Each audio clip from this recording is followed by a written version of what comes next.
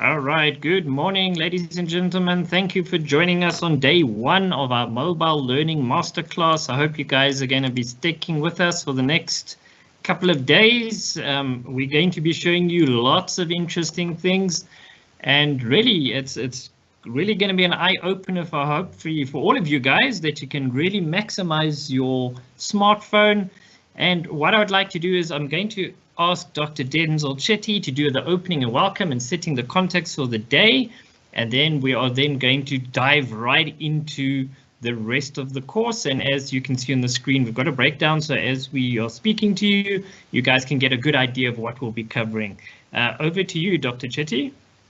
Thank you so much, David, and a very good morning to all our students joining us. I must say that this is a very exciting session for us, and it's my pleasure to really welcome each of you to this mobile masterclass that's funded by the Department of Higher Education and Training as part of our University Capacity Development Grant. This particular mobile masterclass really explores, we want to explore the incredible potential that lies with the devices in your hands. We know that majority of our students have access to mobile devices, but we've not fully optimized the use of these mobile devices as a university. And whether you are already familiar with your mobile learning, your mobile device, or just beginning to discover the possibilities and the potential of mobile device, we've targeted this masterclass to really empower you with the skills, strategies that you need to use your mobile devices more effectively for online distance learning and also for the upcoming examination.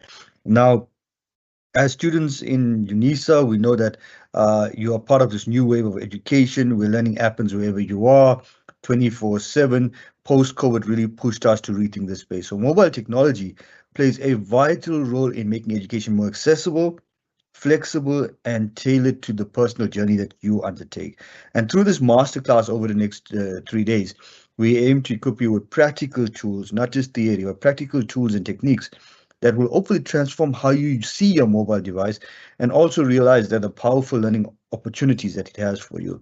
Now, if you look at the beautiful program that the colleagues set forward for you, you have learning apps, you have abilities to access study material, the enhanced digital literacy competencies. You also have initiatives that shows you how you can increase and make better use of your time management. Now, these are critical skills that everybody needs, not just students. And I'm hoping that you take full advantage of these competencies that will be demonstrated to you. And if we look at where technology continues to reshape education, reshape our daily lives, how we use our mobile devices becomes critical for us. And I'm hoping that you leave this masterclass not only with the insights, but the practical skills, and that's critical for us, competency that you can apply in your everyday life. And with that said, I really wish you all the best for this next 3 days. I know it's going to be fruitful and productive because I've looked at the program, I've looked at the content, and I'm hoping that you master these skills over the next 3 days. With that said, I wish you all the best for the masterclass that is coming up. I also want to acknowledge all my colleagues, the facilitators that are here with us, and the colleagues from the Adobe team as well. Including our sign language interpreter, Ms. Sophie Mubaza. We always appreciate her support and the rest of the team. David, we wish you all the best over the next 3 days, and we know that it's going to be a fruitful session. Thanks, David. Thank you so much, Dr. Chetty, and thank you also, Sophie, always jumping in and doing the hands, the sign language for us. It really is appreciated. So guys, do appreciate her as well, because it's very intensive what she's doing.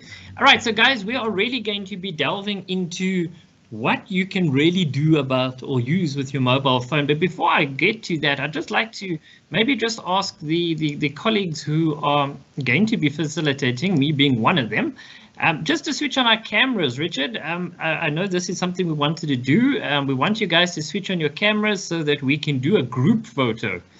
Yes, Panele, I do see you. Let me make you a presenter quickly. Panele, guys, is from Microsoft, so we've even brought in the big guns like Microsoft to come help us with this training. So, Richard, what do you want us to do? Just switch on our cameras? Yes, good morning, everyone. I thought let's do a little icebreaker for us today so we can already get to start to know each other. So I've allowed cameras for everybody, so please switch on your camera. And then we're going to be doing a group photo. So I'm going to select a scene for you. So I think we all want to sit in a nice classroom today. I'm going to apply this to everybody. I'm just going to share my screen as well.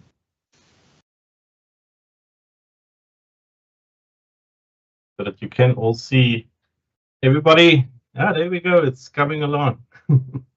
Don't be shy, guys. You don't have to worry about makeup or anything like that. Just switch on the camera and let's see those beautiful faces. So yes, I see there's quite a few coming online. So what we're going to do is in just 2 seconds or so, we're going to ask everybody to smile, and then we're going to take a group photo. So I'm going to give it just another 5 more seconds. I see there's over 2. Hey, thank you, everybody. So I'm going to say mobile, and then we take the screenshot. Say mobile. Mobile. There we go. Thank you, everybody. Yeah, thanks, Richard. Okay, so you've got to see Richard and David.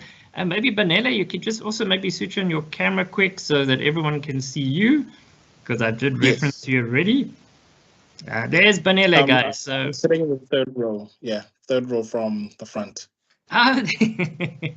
Awesome stuff. So Benella, Richard, and myself are going to be facilitating a lot of different elements, guys. So don't be surprised when you see us jumping in and around each other and talking about whatever matters we're discussing. Yes, so let's get straight into it. So thank you so much, Richard. That was great fun. Yeah, something different we've never done before. So, but thank you, guys. Thank you for being brave and switching on your cameras. We appreciate it.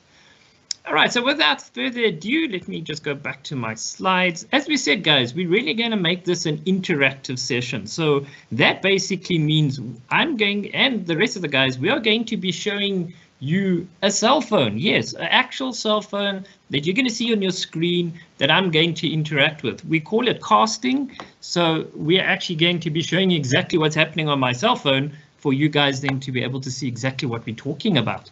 So that's really the fun thing about this course. We really want to make it something really interactive for you. If you only got one device that you're watching, we are going to go at a nice slow pace, so we're not going to go too fast, just to make sure that you can follow along.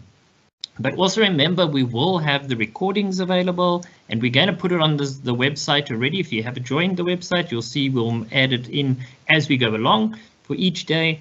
And then we will add the recordings for that day as well. We also are streaming on YouTube, so that's also another option. So in case you're having any sound issues or connectivity issues, I know sometimes Teams, it's a little bit tricky, but if you do have any issues, you can just jump along there, but you can always engage on the chat as well, because that you can still have access to. All right, so guys, just to go through what we're going to do first, we're going to access the add of LMS, the Learning Management System. And we're going to introduce you to the course so that you guys know exactly where all the materials are sitting. And then we're going to delve straight into the basic mobile literacy. So why do we start there? Now, that's quite a good question, right? Basically, guys, we can't assume that everybody knows everything about the basics. One thing for sure is when you deal with computers, something as simple as a drop-down list. You'll be shocked how many students do not know when the lecturer is saying, please click on the drop-down list, what exactly is the person saying? What is that drop-down list? Even though we consider it very basic, people might not know what it is. So that's why we really want to just start off, get everybody on the same page, and then we will be able to move along in the program. If your hands are coming up, please just use the chat. We do have colleagues who will jump in and respond to you. So if there are any issues, please just let us know there. We will do some questions a little bit late in the session, but for now we are just going to focus on the content. Then we will have a little break because we all need a break. It's 3 hours is a bit of time, and you'll notice that we didn't make this a whole day event for 3 days because we do understand you guys have got exams coming up, but we really just want to make it intensive but focused really on the mobile learning elements. Then we're going to have some topics for the next 2 days. And there's a couple of little surprises we're going to throw in as we go through the course. So don't be too surprised if you see something that you didn't really expect, and we just see that we are now showing you something that's really cool and fun that you can actually apply. We will have a Q&A session, questions and answers. We are going to discuss the evaluation and all the things that you need to do for each unit so that you guys are clear, that you understand what to do, so that the course itself will actually run quite smoothly for you. And that's really what we're going to tackle in day 1. Day 2 and day 3, guys, we will tackle those at the beginning of each day. So just to give you an idea, we've posted it on there already, just to note so you guys can see exactly what we're going to be getting up to. But I think for now, it's not such a problem if we just continue and move along nicely with the rest of day 1. Okay, so let's go, guys. All right, so the first thing we want you to do is, I'm just going to move my little chap out the way over here, so he's popping up all over the show. With our course, we've got something called a pre-assessment. Now, why do we need to do this? This is actually very, very important for us and for you. So on the screen there's a QR code, or there's the web address that you can simply just type in. You can write it down so you can add it into your web browser. I really want you guys to do the pre-assessment, because that really is important for us to understand before we start with the course. Where exactly are you in terms of mobile learning? You know, those terminology, those technology that we're going to be going through. So this is why it's so important for us, for you guys to complete this. And I'll also ask Richard over there if he can just keep checking for us, just to see that you guys are doing it. So Richard, please just keep an eye on that one for me, please. It's a nice thing of having dual screens, eh? So yeah, please guys do this pre-course assessment. Very important for us. And then at the end of the course, we are going to then do a post-course assessment. So that then is going to give us an idea, based on your experiences of this course, how did your skills develop? Did you learn new things? Where are we lacking so we can develop this even further? Because this is step 1, really. It's the first time we're offering this at UNISA. So it really is very important information that you're giving us. And that's why I'm leaving it on the screen for a few more seconds, because I really want you guys to be able to complete the pre-course assessment. And I'm going to show you on the website as well where to access it as well. So, but please, if you can just maybe give us a thumbs up to say that you've already done it. It's only a few questions. It won't take you too long, but I think it's quite important. So I think we're going to give you guys about 2 more minutes, and then we will continue with the course.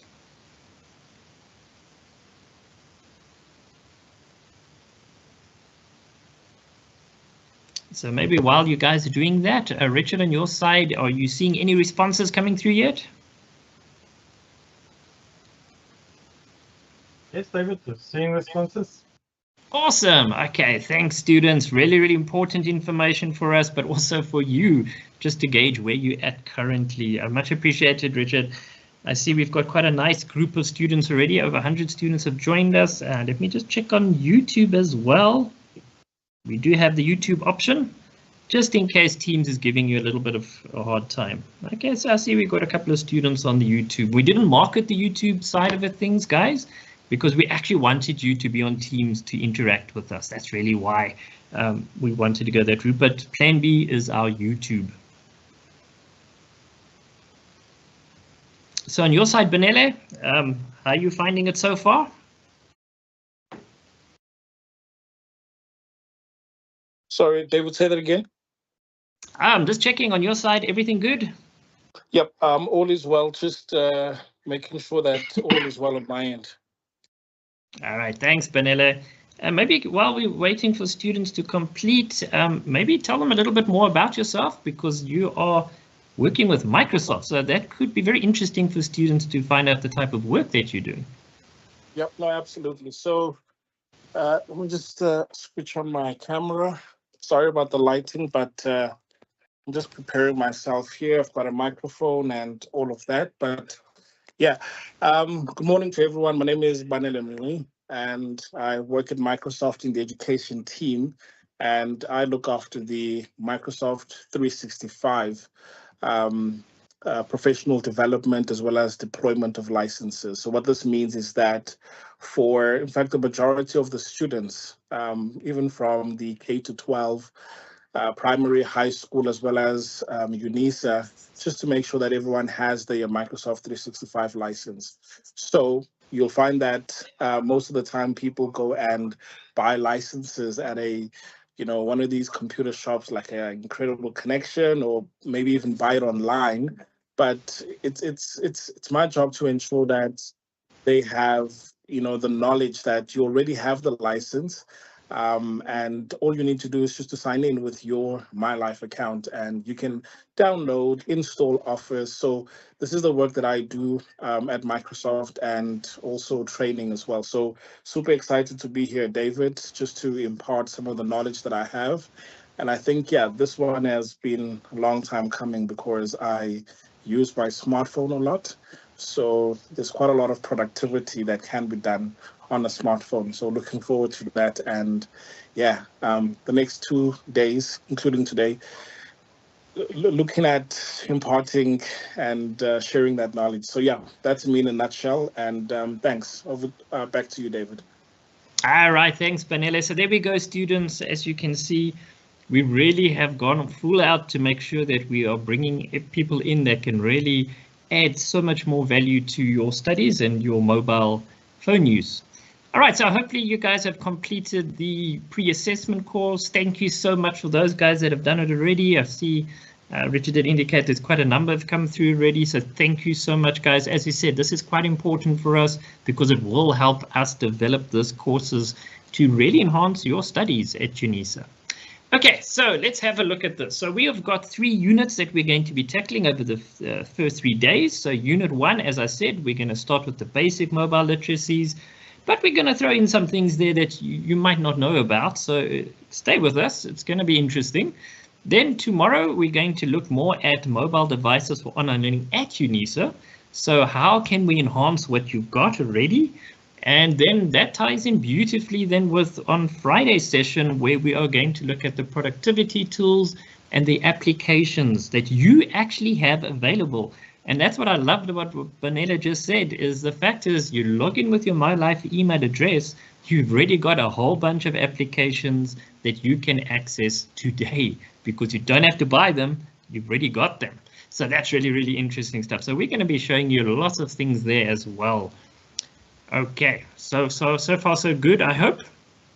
Okay, so about the course that we're going to show you guys. The course has quite a number of interactivity tools built into it. Why is that important? Because these are the skills that we want you to be able to use. Most of these skills you're already using with your modules that you're doing at UNISA. So it really is nothing totally new to you. But in order for us to really make sure that you've understood the content of this course, we really, really want you to do all these activities, because that's like evidence to say that this person, here's the evidence, they have completed everything in this course. So it's very, very important that you are able to do these things. And as you'll see, there are lots and lots of different things that you are going to be doing.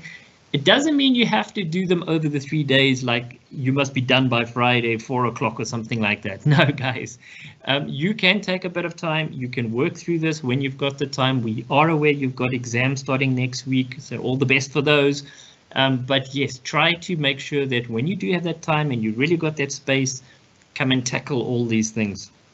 You'll see there are going to be discussion forums where you can see what other students are saying.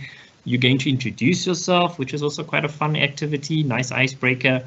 There are quizzes, so you're going to test your knowledge to see when you've covered that unit, did you understand everything that we were telling you? Then we've also got the reflective journal, where we really want you to go back and sit and think for yourself, based on what you've covered in the unit, what did you really learn? And we've sort of got a guide for you there, so don't worry, you're not just going to start typing things up. But we kind of guide you in terms of what sort of elements can you give us feedback on or think about for yourself, a self-reflection. And then we've got survey activities and of course lots of practical things that we're going to tackle as well.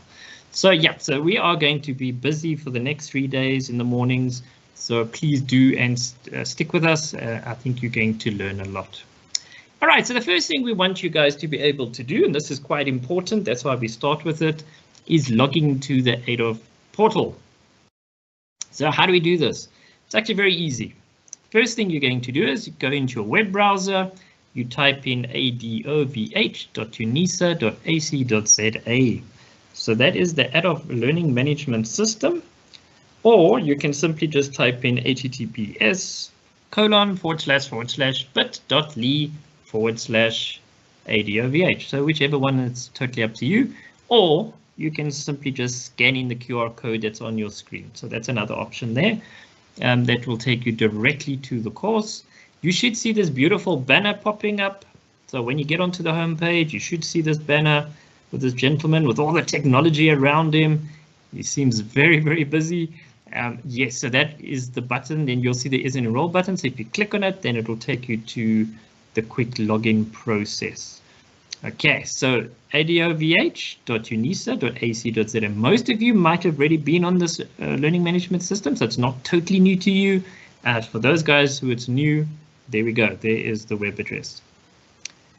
Right, so once you get, don't worry, I am going to demo this, so don't worry, we are going to do it practically as well. Right, so once you get and you click on that banner, what will happen is you'll see the enrollment option little page is going to pop up, and it's just simply going to say to you, click continue and log in, please, just to make sure it is you. It doesn't have to be the My Life email account. It can be a personal email account. So if you share this course with anybody you know who's not a UNISA student, that is absolutely fine. This is an open platform, which means anybody in the community can actually gauge and access this materials. Although if it's talking about UNISA, then I don't think person would want to come there and learn about exams, for example. But it would be interesting to see, okay, this is how UNISA actually does things. Maybe the person wants to study at UNISA. All right, cool. So then you click continue, and then you will ask you to log in. So basically exactly the same thing that would happen when you log into My UNISA. Same process. Type in your My Life email. Make sure your My Life doesn't have any .coms or .funny things that people like to add. It's only My Life at .unisa.ac.za. Then you should type in your code. So your MFA, the multi-factor authentication, probably is set up by now. It should definitely be working because your exams are next week. So you type in your code just like you would normally do, and then it should allow you to go straight into the course itself. So the very first activity we want you guys to do is called introducing yourself. So don't worry, you don't have to put any pictures on this one, but we just want you to introduce yourself, and you'll see that we've actually given you some sort of guidance so that you can see what type of information are we really asking. It's something very simple, guys. You don't have to put too much personal information because remember, it's an open platform. Just your name, where you're from. If you're a gaming person, you might want to put your handle there. That's also fine, hey, instead of your name. What field are you studying? Okay, at UNISA, or what's your major at UNISA? Why are you participating in this course over the next 3 days? And any personal or professional goals you hope to achieve through this course. So that's really what we want you to do. So if you want, you can scan the QR code. You can go directly to introduce yourself. It's one of those tasks we want you to complete, and then you can actually do it. So let me show you guys actually how this works. So if you are following along, let me just stop sharing quickly. Okay. Oh, let me end the presentation. I don't know why on earth I just decided to do that for. Thank you. All right, so let's pop around, and okay, definitely don't want to go there. So let me close that one. Let me just start a new one. I think that's the best approach. So let me use the web browser first. So you go to adovh.unisa.ac.za. Okay, in my case, it's really logged me in. So no, David, that's cheating. So let me go back out. So I'm just opening an incognito window, which basically means it's not going to remember anything I've done before. So let's try that again. adovh.unisa.ac.za. Okay, so this is exactly what you guys are seeing right now. So I'll scroll down. There is the exam course, guys. So if you haven't attended this workshop, I really recommend you go and deal with this one as well. We actually do cover it tomorrow. But yes, go and practice everything you need to know about your exams. So there it is, Mobile Learning Masterclass. Brilliant. So I click on it. Okay, once you click on it, it's going to say, okay, you need to log in, please. Then I'm going to click on continue. Then it's going to ask a little question. Are you staff or student? So it's yes or no. If you say no, you're just going to create yourself your own account. If you say yes, then you're going to log in with your My Life. Nice and easy. Okay, give it a few seconds. The site is now very busy because it's exam time, so you just have to be a little bit patient with it. All right. Let me log in as a student, exactly how you guys are going to be doing it. Yes, I'm also a student at the university, even though I'm working here. One of those little benefits. Hopefully I remember my password. Okay, good. There's the two MFA, the authentication, to make sure that it is indeed David that wants to log in here. Don't worry, this code changes, so it doesn't help if you even write it down, guys, you hackers out there. It changes all the time.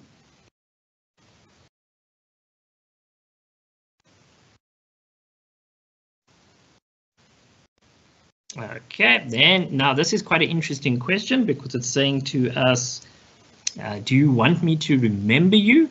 Now remember, guys, if it's a personal device, then it's not a problem. It's yours, not a problem. If it's in a computer lab or library, definitely say no. Any public device, say no. But if it's your own device, not a problem, you can say yes. Okay, and there we go. All right, so I'm just going to give you guys 2 seconds to make sure that you've got to this point. Hopefully I wasn't too fast. I am trying to go a little slow. As I said, I don't want to rush anything. So guys, just give us a thumbs up if you are able to get to that point.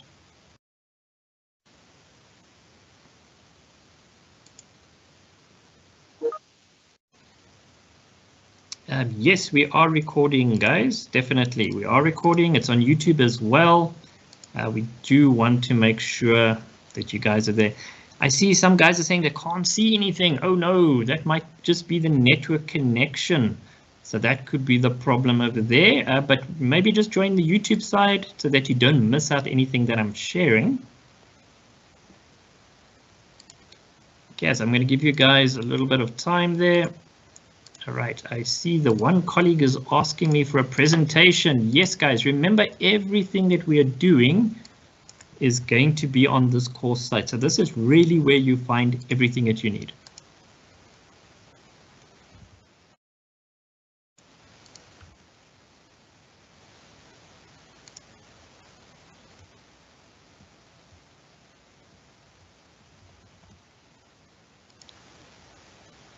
All right, so how's it looking there, guys? Do we see any thumbs up coming up? Richard, I see Sophie's background is still showing the classroom.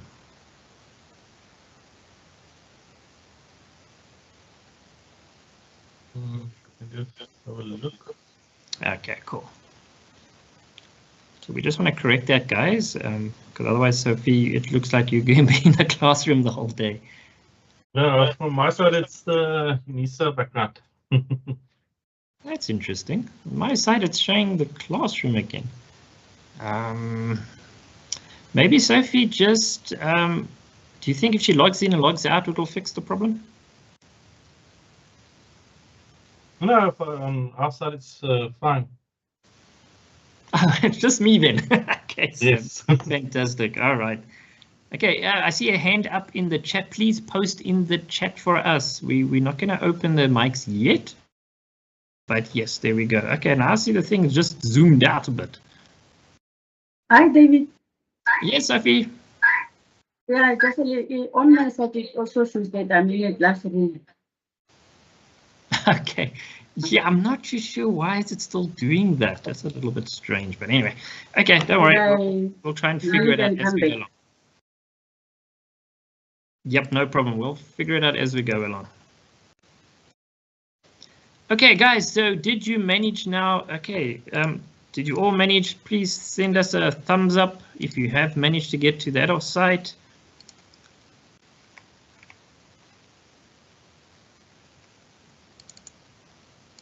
There is some thumbs ups coming. Yes. Yeah, we Good just stuff. but there is still students enrolling. Okay, that's great stuff, guys. I see students are still getting online. That's awesome. Right, I'm just going to share my screen. Okay, so look here. This is quite interesting, guys. So just to show you guys, this is my cell phone that we're currently looking at. Exactly how you are seeing it. This is exactly how I'm seeing it on my cell phone. So when you guys are opening your browser, I'm just going to open my default browser. I see it goes to Sky Sports, so now you guys know what I'm up to. And then I go simply type in the web address, and then I select Adov. And this is exactly what you wanted to show you guys. What I'm going to do is, I'm just going to hide all those icons. Otherwise, Richard will be teasing me about my desktop. Okay, so there we go, guys. So as you can see, this is called casting. In other words, exactly what's on my phone, and then presenting it onto my screen. I know you guys might do this with your cell phones and YouTube when you've got a Blu-ray player or any device. Then this is also one way to do it. Okay, so that's what I wanted to check. So I'm just going to stop my share there for a second because you can actually see my password as I'm typing it in. Not quite what I wanted to show you guys. That's one little element about a demonstration, a live demonstration like this.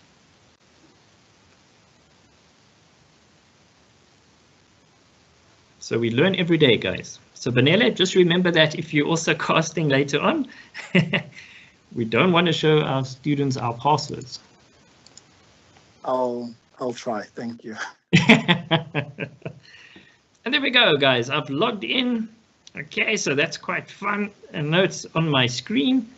And there we go. So if I just go down a little bit, you'll see there's the orientation. So if I hit the little button, then it's going to open the orientation. Then you can read a little bit more about what we're doing. All right, and there is Learning Unit 0, which pretty much will tell you everything about the course. Okay. And there, of course, is that pre-assessment course assessment that I was talking about that you need to please do for us. And you're simply just going to click on it. And then, of course, just at the bottom there is the introduce yourself option. So I'm just going to click on this one because this is what you guys are doing now. And then you'll see there is the information we've asked you. And then you'll see it says step 2, click to post to forum. Okay, I know it's a little bit small, so let me just zoom in. You see, guys, zooming in, how do I do that on my screen? I use my 2 fingers, moving closer, moving further away from each other. It creates the zoom effect. Okay, so if you've never done that before, there we go. You just learned something new today. So engage with your peers. In other words, go have a look and see what other people are saying as well, introducing themselves. Say hi to them. They might be living in the same neighborhood. You could be quite literally next door neighbors and you wouldn't have been known that you both are studying at UNISA. All right, and then you just scroll down a bit. So in your case, you'll see there's a nice little button that says reply that you can click on, and then you can click on add the discussion button as well. I think in my case it will be reply because I created that. Okay, so there we go. Let's see. I see College of Human Sciences. Okay, nice. Okay, so I see someone from KwaZulu-Natal. Wow, just was there the other day. Quite a beautiful province. Here's Joburg. I see there's someone very familiar. Richard. Thanks, Richard. Okay. Sipukazi, also Durban. Nice. So there we go, guys. So it's actually very easy for you to do. And I've just showed you now on the cell phone. This is how you can go about the activities. Then I can use the little menu. You see this little button on the side there? That's your menu button. So it gives you the menu here that pops up. You probably have done this with UNISA studies anyway. So that little green dot over there, guys, basically means I've completed that task. So it's very important that I make sure that I complete all the tasks. For example, all right, so here is the introduction. Okay, so you guys can then read through it. You don't have to do it now, but I'm just showing you how it works. And then there at the bottom, you'll say next page, and then you'll actually continue with the course. And there's that little diagram I showed you earlier about the things that we're doing. So far, so good, I hope. I hope everybody's on track on this one. Richard Benella, anything from your side?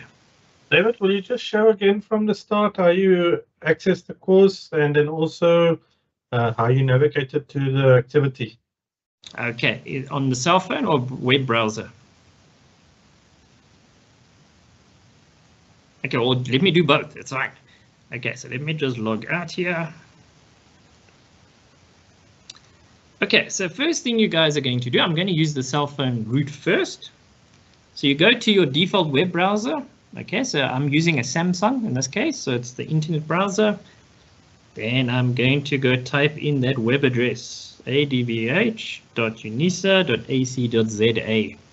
Okay, there we go. Or if you do a Google search, guys, if you do ADOVH plus UNISA, then immediately it'll be the very first one that you see. Then I'm going to click on it, or in this case, tap on it. All right, and then there's something about Liverpool popping up there. Oh, that's great timing. It's a fun thing with live demonstrations. There we go. All right, then I'm going to click on login. I'm going to then say yes. Right, and then it's going to say to me, okay, fine, you said you're a student or a staff member. I need to log in as my life. So I'm going to zap the button. But now it's remembered that I was here. Oh, sure, I logged out. Okay, let me just go back one step. Maybe let me close the browser completely. And let's try that again. Okay, so go to add offsite. Well, there is the little mobile learning, so you can click on him. Because I'm not logged in, it's going to tell me that hey, you're not logged in, so then I must say continue. All right, then it wants to know, am I a staff member or a student? And I say, yes, I am. Then it says, okay, well, log in with my life.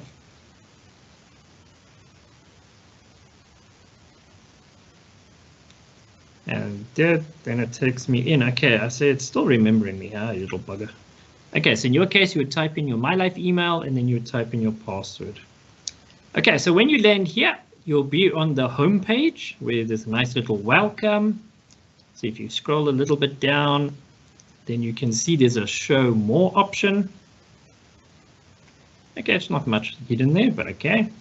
Then you'll see it says activities and announcements. So that's quite important, guys.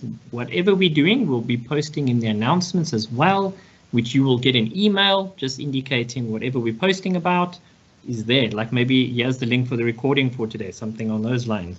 So check out those announcements. Then you'll see there's an orientation, and you can see 33% complete. So it even tells me how far I am. So I hit the orientation button, the page will open. Scroll down a little bit, and there's some information. Okay, just welcoming you for orientation. Then you'll see the first learning activity, learning unit 0 and orientation. So I'm just going to hit that one. Then it's going to say, yeah, okay, in my case, I'm going to say yes, because I'm the developer as well.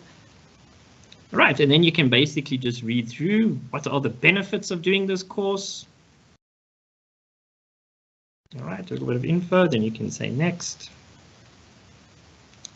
Then you'll see the outcomes of the course. That's really important because at the end of this course, these are the things you definitely need to be able to do. And that's why we have those practicals and activities. Then you say next again. There's the duration. Okay, why is the duration important? Because that can help you with your planning, time management. And you'll see that we've pretty much estimated how much time allocated per item in the course itself. And we've sort of estimated that this course is 10 hours, it's 600 minutes. That's what we think it will take to complete 10 hours of work. Although you can go a bit quicker, I'm sure. Then you can say next. Then we also talk about the teaching approach. And this is also really cool because here we give you the add off site, so you don't have to go remember it. It's there already. Showed you what it looks like. A little bit of reading to do.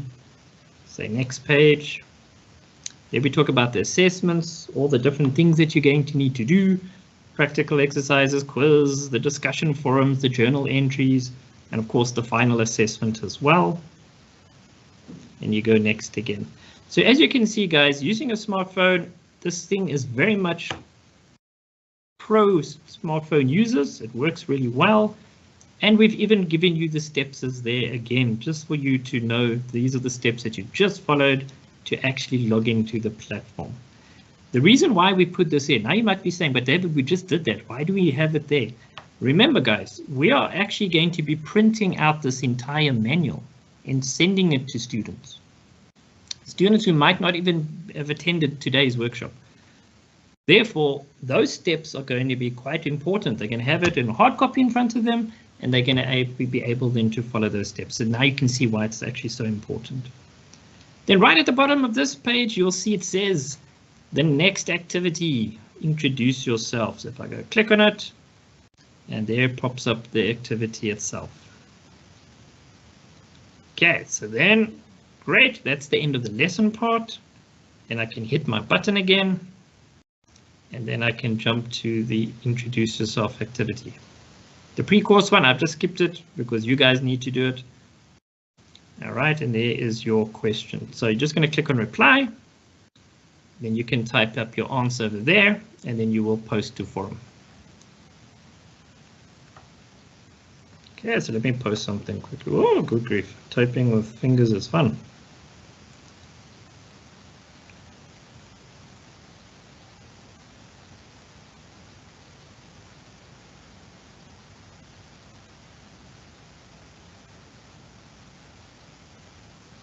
Okay, I'm cutting corners, but I'm just going to post it there. All right, so let's have a look. Let's see if more students have. Okay, there's me, so I'm top of the tree. All right, and I do see we have got some students. Oh, my neighbor, all the way from Zenin. Awesome stuff. Okay, but another beautiful part of the country. Guyani. Okay, another neighbor over here. Also, very hot part of the country. I hope you guys get some rain that side. Oh, another one, Sheshehu, another neighbor just down the road. Really cool to see Limpopo students here, guys. This is really nice to see that. Because I'm sitting here in Polokwane, so yeah, it's really cool. Davidson, I see. That's awesome stuff. Okay, so I see they are streaming in now. So the introducing part, great stuff. Well done, guys. Very, very important. Excellent. Now I'm happy I can see you guys are in it. All right, let's continue, guys. I'm just going to quickly stop the share for a second. So far, so good, guys. I hope you guys are enjoying this as much as I am. I'm just going to close my phone for the minute. David? Yes. I'm just quickly going to show you some of the students are struggling with the following. All right, go for it, Richard. He just highlighted here. So when they log into the phone, there's like this little bubble that's across it. I'm just going to ask, maybe just try and rotate your screen, Veronica, so that you go into the landscape mode, because it might, I think the ones that you're seeing is it's like an introductory window. I don't know why it's covering like that on your mobile screen. Or you can just try and click on the side of it to close it. I'm trying to reproduce it as well on my side so that see if we can get a fix for it. Yep, that does pop up. So normally what I would do is I just sort of, as you said, click sort of around it, like maybe sort of on the banner side of things, and then you'll see it will pop, it'll disappear. Otherwise, try to zoom in and zoom out with your fingers and see if you are able then to maybe hit the close button on that one. Yep, that's one tricky thing with the smartphone. I did notice this before, that it does do that. It does pop up occasionally. Okay, so hopefully that will solve that problem for you. Okay, so guys, we've tackled that first part where we wanted to get you guys on board to be able to do the introduction. Okay, so get onto the course site. So there was the link. I love this AI generated picture. This young lady. That's one of my favorites, Richard. So yeah, so make sure you've done the introduction. I see a lot of you guys have done it. So that's what we want, guys. We really want this to be an interactive thing with you. So it's not just going to be us talking to you because that you can easily do by yourself. Okay, so let's get on to unit number 1. Basic mobile literacy. All right, so let's go have a look, guys. So what we want to tackle in this lesson, remember what I said in the beginning, we really want to put everybody in the same page. Let's not assume everybody knows all the basic things. Okay, so we get everybody in the same page. It makes it easier than moving forward. So we're going to introduce some of the fundamentals, okay, and things like empowering students by providing practical applications. That's why you saw now I used my cell phone that I was casting, so that you guys can see exactly this is how it looks, and these are the features I'm going to use, and these are the things I can change on my phone that we can actually demonstrate, not just pictures and things like that, but the actual demonstration. That's why it's so important. Okay, so making calls, one of the most basic functions that we actually do. Now, nowadays, there are so many different tools you can use, right? I mean, it's not so like it used to be before. You just hit the little green button on your phone and you just use the dialing method. Nowadays, you've got WhatsApp, you've got Skype, you've got Facebook Messenger you can even phone with, Google Meet you can phone with, and even Telegram. So a lot of these features you guys use. I know a lot of people in South Africa love to use WhatsApp.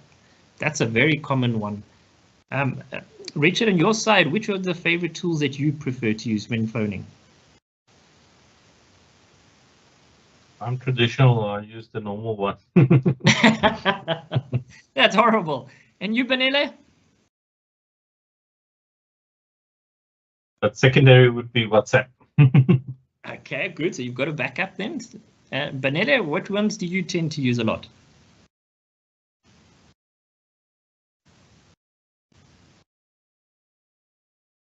Is Benele still with us, Richard? Have a look. No, I think he dropped off a bit. Well, no, he is here. Benele. All right. Benele, did you hear me?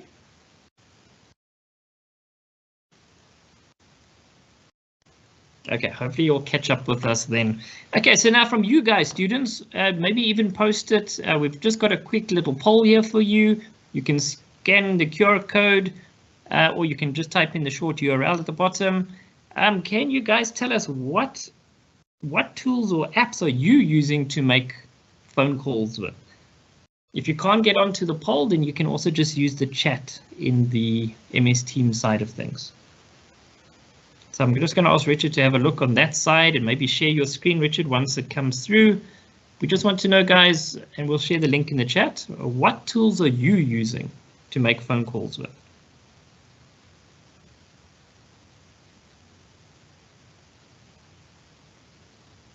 All right, so we're going to give you 2 minutes so you guys can just give it a chance. So I see WhatsApp. Yeah, and I think WhatsApp is quite a common one. I think students... Everybody has WhatsApp. Oh, there is a FaceTime as well. FaceTime, interesting. A normal call. Good. I like that answer, normal call. Okay. The traditional way of calling. Yeah, we still do that actually. So yeah, it's actually quite good that we're not 100% reliant on apps, but I see a lot of people use WhatsApp. Now that's quite important, hey? If you guys are writing exams, right? If you're using the Invigilating app, for example, guys, do you know there is a technical support number? Okay, you can't call it, but you can send messages to it. So that's quite important that you are able to use that tool. Right, so that brings us to basically the next point. Fine, so phone calls, easy enough. Let's then move on to, let me just share my screen again. Let's then get on to the messaging side of things. Now, definitely, I'm sure WhatsApp will be there, 100%. Messenger, I know Facebook, I do get messages now and then. Not very often, but yep, I do see people still use Messenger. Google Messages, okay, yeah, okay. I suppose SMS, you got MMS, I mean, those type of things we still do get bombarded with. Telegram messages, I think that's also quite common. I know students love to join the Telegram groups for their studies, for their modules. Just be careful of such things as well, now that we're talking about it. Just remember, guys, those websites or those Telegram groups or WhatsApp groups that are offered online, you must just remember there are people there who are actually there just to get your information. All right, they're actually not even students, most likely. They just want to see, okay, who you are, what are you studying, and then they've got your contact numbers, and then they start sending you messages that we can help you with this module, that module. So that's one way these guys are getting your information and understanding what you're studying at UNISA. So it's very, very important that you be careful when you're in a public space, especially where you don't know who those people are. So just be aware of that. So WhatsApp, yes, a lot of people use WhatsApp voice calls. I think everybody loves doing voice calls nowadays. It's quite a fun one to actually do. So yep, it makes sense. And of course, it's probably it's quite inexpensive too. So that will also make it quite a useful one. Okay, again, what tools are you using, guys, for sending and receiving texts? There is a poll you can use, or again, you're most welcome to use the chat as well. I see Sophie has dropped off as well. There is network problems. No problem, Sophie. We understand. Right, let's see. What are they saying, Richard and Vanilla? Probably WhatsApp is, again, the most common one.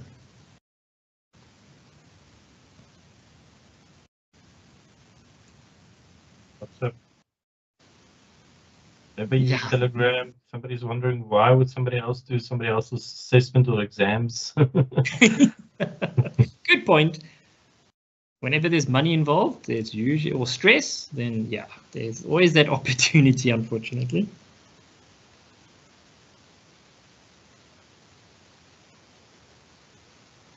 All right. I think we give him another 30 seconds, then we will move on.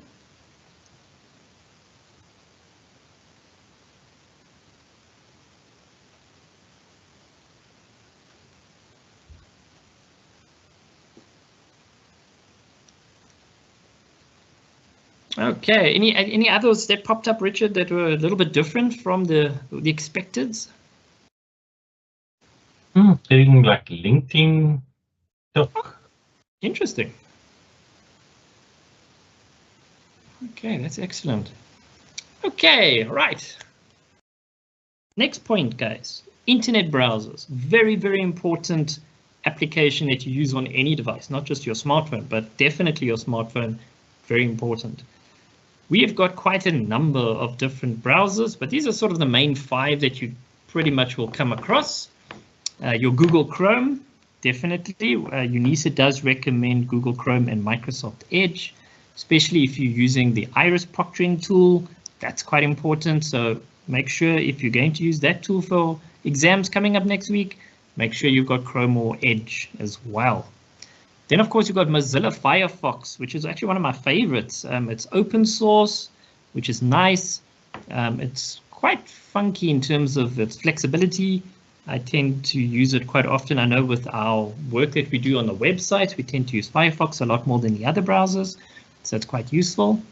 Then, of course, we've got Safari. I wonder do we have any Safari users here? Would be interesting to know which browsers you guys are using. Of course, we've got Microsoft Edge. That's the new one. Please take note, Microsoft or Internet Explorer is no longer, well, it's no longer really supported. So you cannot be using it anymore. So if you do still have that one, please install Edge or Chrome, because Internet Explorer's days are finished. It's done. And then, of course, you've got Opera as well. Which browsers do we use with the iOS? Richard? Safari. Safari. Okay. Any others? Or is it pretty much you can install them all?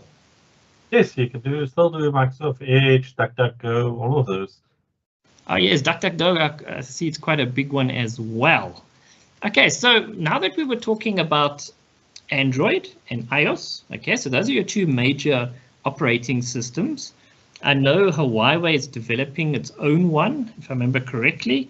I think it is called Harmony, right? Yes. Yeah, good old Harmony. Though I have not really seen many people using it yet. Okay, so with your Android, guys, this is probably for us mostly what students are using. It's what we generally can access in terms of the market. The phones tend to be a little bit cheaper. than your Apple phones, which is the iOS side of things. But tablets as well, similar technology, Android. I think most of us are very comfortable with Android because we know how it works. It's flexible. It's very easy to use, really. iOS as well, with your iPhone users. Of course, the icons look a bit different. So that's something you will have to get used to. And of course, the settings, where you find the settings is a little bit different. I know we do get students asking us about how do I activate the camera for the Moodle proctoring when they need to use that assessment and they've got an iOS technology. Then it's something that we actually then need to go and sit with the student and find the settings. So those settings is quite a little bit more different because it's just different, not necessarily difficult. So that's quite important. So you've got your Android, most of us use, and then of course you've got iOS. And you've got people who've got both. They like using both technologies. Your internet browser is actually very important, and that's why we were actually just talking about it. So it doesn't matter which operating system you've got, your internet browser pretty much opens your phone to the World Wide Web, to the internet, to UNISA, to studying, to writing exams. It all runs through your web browser. So you can see it's extremely important. Also, it's quick to access information wherever you are, because you're on the go. It's easy to do it. You can collaborate, you can share documents, you can work online together. We do that quite frequently. So these are very important skills that you need to have in place, especially when you decide from here and you finish studying and you go into the work environment, you're going to need to have these skills. I know a lot of people have access to their emails on their devices, on their smartphones, which is a good thing because it's easy to access, but it's a bad thing because you don't switch off from work. So after hours, you're still on doing emails. So yeah, you've got to balance things. That's also very important. But learning how to use a desktop or a laptop computer, guys, is still a fundamental important reason, is because of the work environment. You do need to still be able to do this. So what happens is students come to a computer lab and I tell them, okay, log into my life. When they're typing in their student number, not a problem, it's easy. But once they have to hit the @ symbol, then the student looks at me with big eyes because they don't know how to do it. So guys, learning how to use or using a laptop and a desktop keyboard, it's still very, very important that you know how to use those technologies. Yes, smartphone makes it easier, but you still need to use those technologies. Okay, so generally speaking, Chrome, Firefox, Edge, those are the ones we tend to use the most because we know them, we've been around forever. Not Edge, Edge is fairly new, but generally Chrome and Firefox. And it's not quite nice, the fact that it's very easy to install them, and that's also quite important. Okay, so we've got a nice activity here on the web browser side, and we actually want you guys, and we're going to give you a few minutes, so you don't have to rush or panic. Go back to the course site. Under Unit 1, you will find the discussion forum about web browsers, or you can scan the QR code or type it in. Either way, it's fine. But then go post what web browsers are you currently using, which ones would you like to use, or what challenges do you face with your web browser. So please go to our discussion forum. We are going to give you about maybe 5 minutes or so we don't want to rush you guys. And go and complete that activity and go into for us post add activity, a discussion forum, and just let us know, all right, what web browsers you're using, why are you using them, or what challenges do you face with your studies and web browsers. And as I said, we're going to give you about 5 minutes. So then just to give Sophie a break as well. So then we'll give you guys until, let's make it 10:05, 10:05. Then we will continue. So we're going to give you some time, access this activity, and then just have a 5-minute quick break.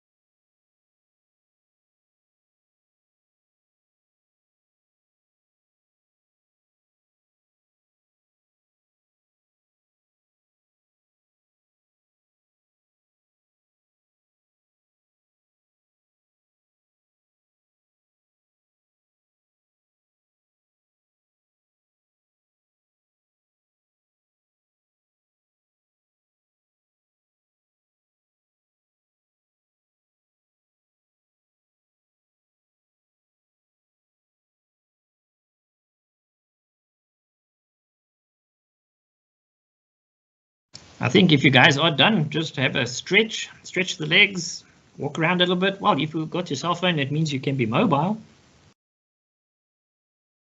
Okay, so let me check on my mobile phone. Let me have a look and see if anybody's posted anything yet.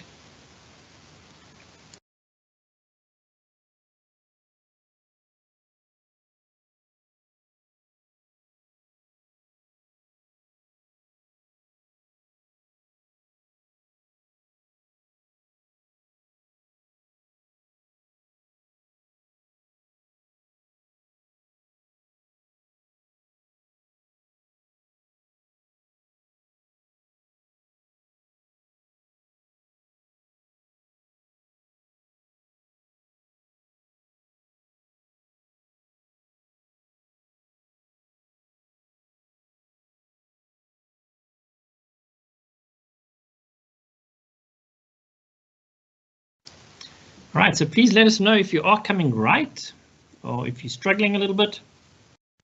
We might just want to show you guys how it works.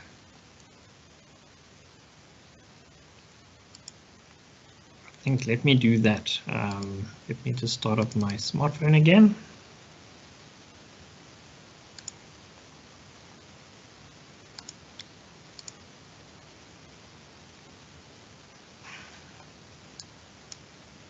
Okay, so all I'm going to do is under Unit 1,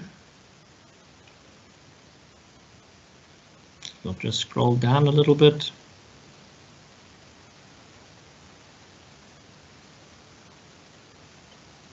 And there it is, the discussion forum, web browser. Of course, Richard, the students do need to make sure they've completed Unit 1, actually. I mean, Unit 0. Let's quickly have a look there.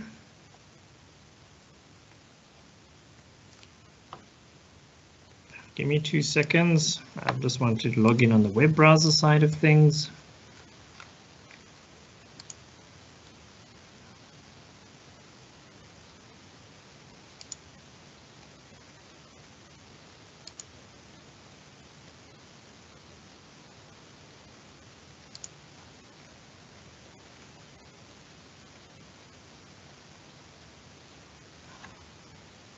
Okay, so that's very important, guys. Under orientation, please make sure that you've just gone through those first 3 items.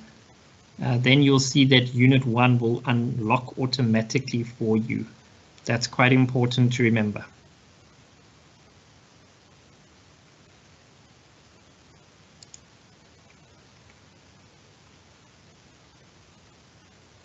Right, let's see how many people have got it going.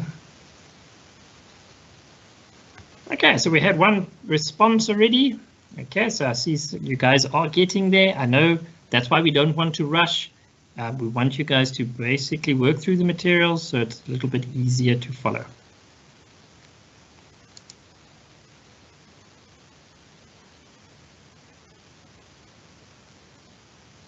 Okay, there we go. Thanks, guys. I see they are coming through now.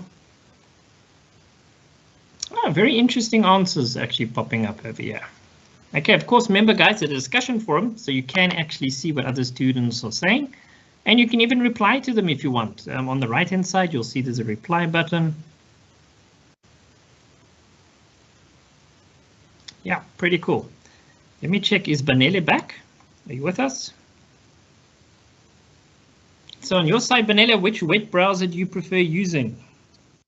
Yeah, so this might sound biased, but I prefer Microsoft Edge. And there's a reason for that, David, because when you sign in with your M365 account, you basically have access to everything all at a glance, because it is from Microsoft, and for the fact that when you sign in, you're using your M365 My Life account, then you've got access to everything. So yeah, there's quite a lot of benefits, but at the end of the day, to each their own. But for me, preferably, it is Microsoft Edge. And also, the main thing also is that when it comes to passwords and all of that, it has a built-in password protector, password generator. And when I sign in on my smartphone, basically all of those settings come across to the smartphone as well. So what I do on my mobile, what I do on my PC, I can pick it up on either device. So all of the changes are synced. So yeah, there's quite a lot. All right, super. That's quite interesting. Of course, you're a little bit biased, but okay, it's understandable. I do see students are complaining about the network's a little bit slow, or they can't hear us that well. Maybe we could just post the YouTube link there, guys, so at least you are able to hear what's going on. Let me quickly do that. Okay, but thank you. I see quite a few responses are coming through. Yeah, there is the YouTube link. Okay, yeah, thank you, Dimakatsu. Very nice that you're also helping out your fellow students. That's also very cool to see, guys. If you've got solutions, share the solutions with your fellow colleagues. That's awesome stuff. Okay, so let's continue, guys. So yes, thank you for that activity. I see you guys have posted it. It's a couple of more we're going to get through. So from Vanessa's side, I see we've got, okay, the applications. Now you touched on a few of the applications already, the work that you're doing. Any other information you can provide about the different types of applications that students could be aware of, or should be aware of, or could want to be using with their studies? Yep, absolutely. So with regards to the applications, what I've seen is that some may be purely dedicated towards teaching and learning. I'll give a quick example. There is a application on both the iOS store and the Play Store as well from Microsoft, which is the Math Solver. So basically about, mathematics and all of that. And there's also ones that are dedicated towards literacy, languages, translation. So if you're traveling and you are foreign country, you can always download applications that are designed for, ease of use, accessibility, and all of that. So I'm happy to share more tomorrow with regards to some of the applications that are available that can be used for teaching and learning. And the other thing also is that what I've also seen, depending on the smartphone, there are some applications that are utilities. For example, when it comes to the type of smartphone, you are able to measure items, right? So for example, you take your phone and depending on the course that you're doing, maybe let's say you're in construction, you could use that as a base in terms of measuring items and all of that. So there's quite a lot of applications that can be used for work. So it's not all just play, but yeah. So under the utilities, there's quite a lot of applications that can be used in that regard. Thanks. Great stuff. Thanks, Manele. Very interesting. Richard, on your side, can you maybe also pop in and say, because I know Richard, guys, is very much a creative person, so he does a lot of productivity apps, creating banners like we just saw today, the one that we used to get to the course. So Richard, on your side, what other apps would you recommend for students to maybe explore? Yeah. So there's so many apps that's available. One of the apps I do use quite frequently is OneNote. That you can actually get it as well through the Microsoft 365. And the reason why I like OneNote so much is you can have categories. So you think of it as folders that you create for various activities. So it can be personal or for studying. So for studying, usually you will create something for, say, a course. And then when you find information, because we're using, a lot of times on your phone, you browse, search for information, and you can just copy the information in there, and then you can access it from your computer as well. I think one that's also getting very popular now is ChatGPT. And what's nice about the ChatGPT app is you can ask questions verbally and it will pick it up and give you a response as well. It's becoming very, very good in that sense where you can have a back and forth conversation. Yes, so definitely, for studying, OneNote is one of my, really recommended ones. I use it for also learning, programming, various things, new technologies. So it's just a central way of keeping everything organized. And then also one, obviously, that's being used a lot is your mail clients. So you can quickly see what mails there are, and then even respond to them quickly, or you just to read through the material that's within the emails. And then the central one I use for storage is OneDrive. And the reason for that is so I can also access it on my desktop, online, wherever I am. I know that the information is quite safe. It's also got version controls, so if I accidentally make a mistake, I can go back. So any Word documents or things that you create on your phone, just save it back to that. And yeah, and productivity applications like Word, for instance, it's got built-in dictation as well. So if you're writing something long, you can just, be at a relaxing spot, talking to your phone, and it will capture your voice and write for you the essay, basically. So yes, that's the ones that I use: OneNote, OneDrive, the productivity tools, and mail clients, and then the newer ones, the AI tools that's coming out now. All right, thanks, Richard. Thanks, Benele.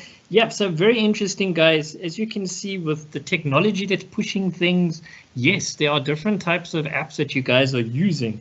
One of the most interesting one is when students email the university. Now, let's be honest. How many of you guys are still using your Gmails, your personal emails, or even your work emails when you email the university? Right, maybe if you're brave, put in the chat, say, yes, I do, or no, I don't. I use my life all the time. I'd like to see what you guys are saying about that, because we are still receiving loads of emails from personal emails. Remember, guys, that's why my life is there. You need to be able to use my life to communicate anything with the university. Otherwise, what happens is those emails that are sent from the Gmail and where all the personal ones or work ones might get blocked by the spam filters, okay? Especially if you're saying something about finance or cancellation or any of those keywords that the system will automatically pick up that you're trying to spam the system, then it will block the email. We never get those emails. So always remember, please, you must use your My Life email whenever you speak to the university. One of the apps that we actually forgot, Richard, that we love using is the navigation apps like Waze. Whenever we travel, we always put it on, and especially if we're going to remote locations. Recently, we went to KwaZulu-Natal, and the app was awesome because it even told us where we are, where we're going, and it really helped us navigate to some very rural areas. So even in areas like that where you think, okay, you wouldn't even get data, it was perfect. It was working perfectly. So yeah, that's quite interesting, all the different types of tools. And we're actually going to be jumping into some of these tools as we go along tomorrow and again on Friday, especially like OneNote, for example. As Richard said, that's something that you can really use for your studies, to making notes, for all sorts of things. It's actually a very powerful little tool, which most people don't really even know about. So yeah, so that's quite interesting. All right, let's move on.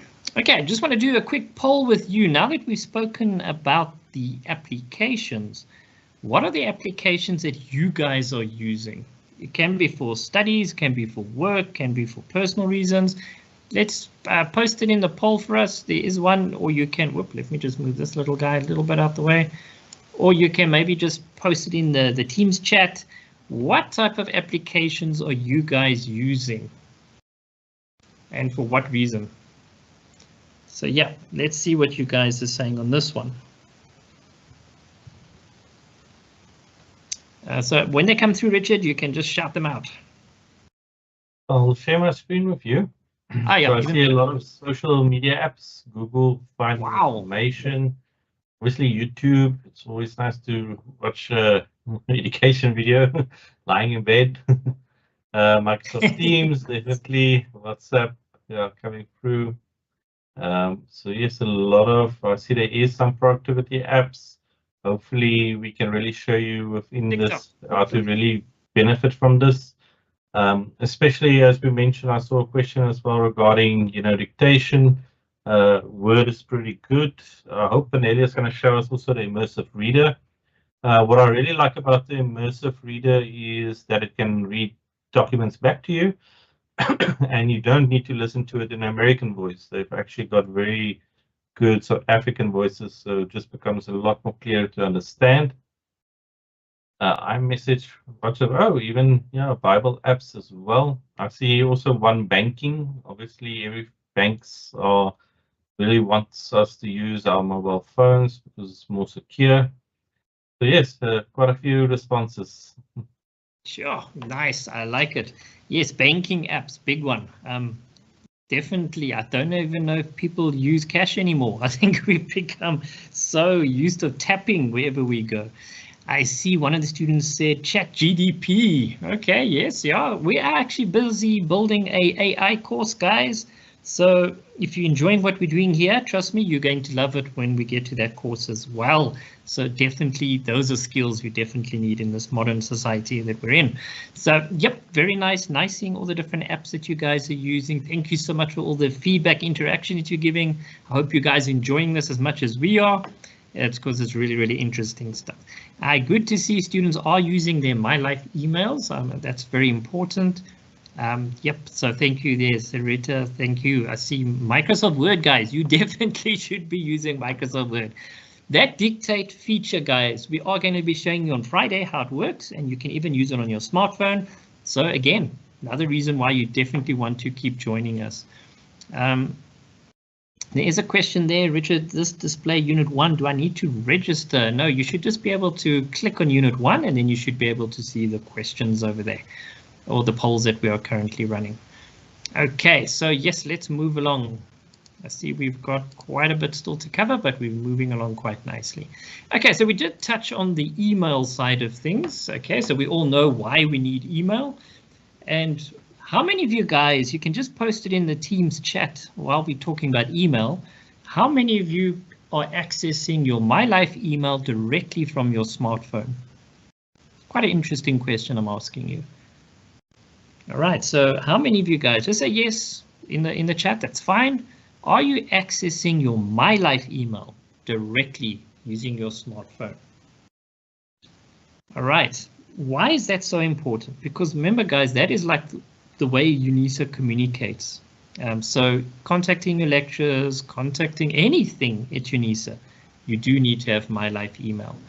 If you've got problems with the My Life email or your MFA, the thingy that blocks you from accessing it for whatever reason, then you must just pop to your nearest campus and go see the computer lab guys, the digital learning advisors, and they can help you sort those out. So that's also very important for you to get that support. Hey? So just check your local or your closest campus. Okay, so why do we use emails on smartphones, guys? Because it's quick to communicate. All right, when you get that email from the lecturers or announcement or training is happening like today, immediately you can see it on your emails. We share lots of information, definitely. The accessibility, the fact that it's so quick and easy to get there, and it doesn't use much data. So it's actually very quick, inefficient, effective way, to access the communication from the university. Security encryption, okay, very important. That's why we don't want to have funny bunny emails coming through to us, because a lot of these guys are just trying to get into our systems. That's actually why the spam filters are there. But also with your My Life email, be very careful when you get emails that says something like urgent, ICT, upgrade this, upgrade your account. And then they've got this funny little link. And when you click on that link, it says to you, enter your My Life email and your password. You see, UNISA is never going to ask you for your password. That means those people are trying to get your password, because remember, when you type in that information on that little form, you've just given them your username and your password. Okay, so always remember that, guys. Very, very important. Anything that wants your password or your username, you know it's not from UNISA. You know it's not from the bank.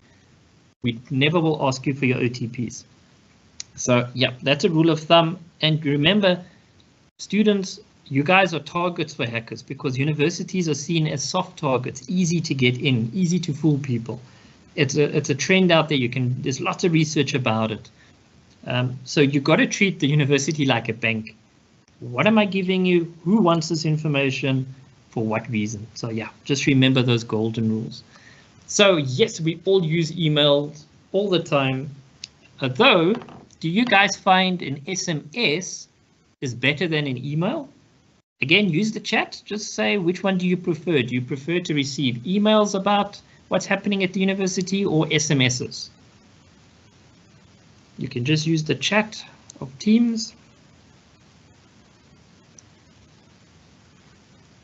All right, let's quickly have a look. What are you guys saying? Do you prefer to use SMS or both? Okay, both is also an option. I see there are quite a few of you guys saying both. That's nice. SMS. Okay, so yeah, it's quite a good mix. So I think the marketing side of things, that's pretty cool. So it means we are on the right track. SMSing, emailing you guys. Perfect. That's what we like to see. We're on the right track there. Okay. Okay, let me share my screen again. It would help if I actually had shared it. Okay, there we go. Okay, so the next thing we come up to, guys, with the basics, the fundamentals is social media. Look, this has become very much a basic requirement of anybody that has a smartphone. Everybody's on social media. You guys love social media. It's actually addictive. That's the scary thing. I did a little bit of a social experiment with my kids, and I took away technology for a day, and it was so interesting to see what they get up to. Although my wife's makeup was one of the targets, which was probably the worst idea, but unfortunately for me. But yes, social media, guys, is very, very addictive. So you've got to limit it, especially with the younger people and you guys. So you've got to be more careful about what social media are you using. So let's just minimize this little guy. There's so many different social media applications out there, because remember, it's constant information that they're giving you. All right. So yes, we do understand communication. That's why we do use social media. You know, the good old days of Facebook. I don't know if you guys even use Facebook anymore.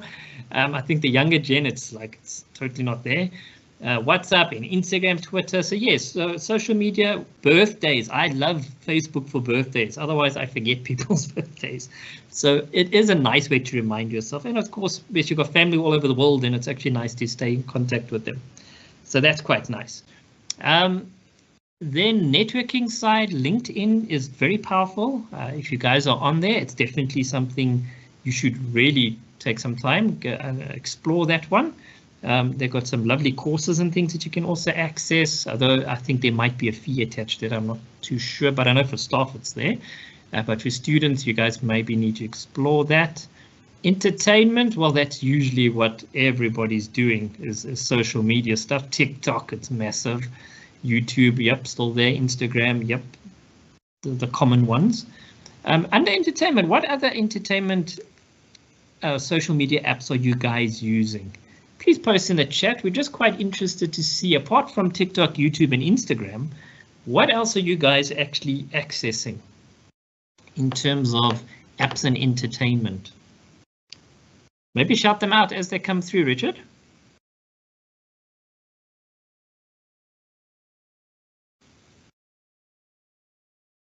Oh, doesn't seem like anybody knows any other apps. Snapchat, a new one with their filters, YouTube, VR app. Sure, okay. Nice. What about Discord? Is anybody using Discord out there? Pinterest is also a nice one. Gives you a lot of ideas so that you don't know which one to choose. Nice. Discord too. I see a Bible app. Oh, fabulous.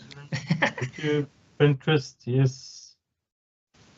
Don't use Pinterest for your wedding. You're never going to be able to decide on what you want to have.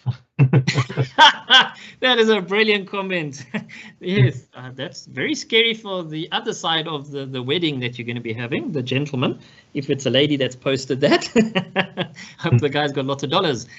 So yeah, no, that's very interesting. Temu, Spotify, yes, a lot of apps. Oh, no, not Temu. Okay, so Temu is very much your business side. Purchasing and Interact Take a Lot and Amazon. Okay, yes, so we do have those apps that people use for purchasing.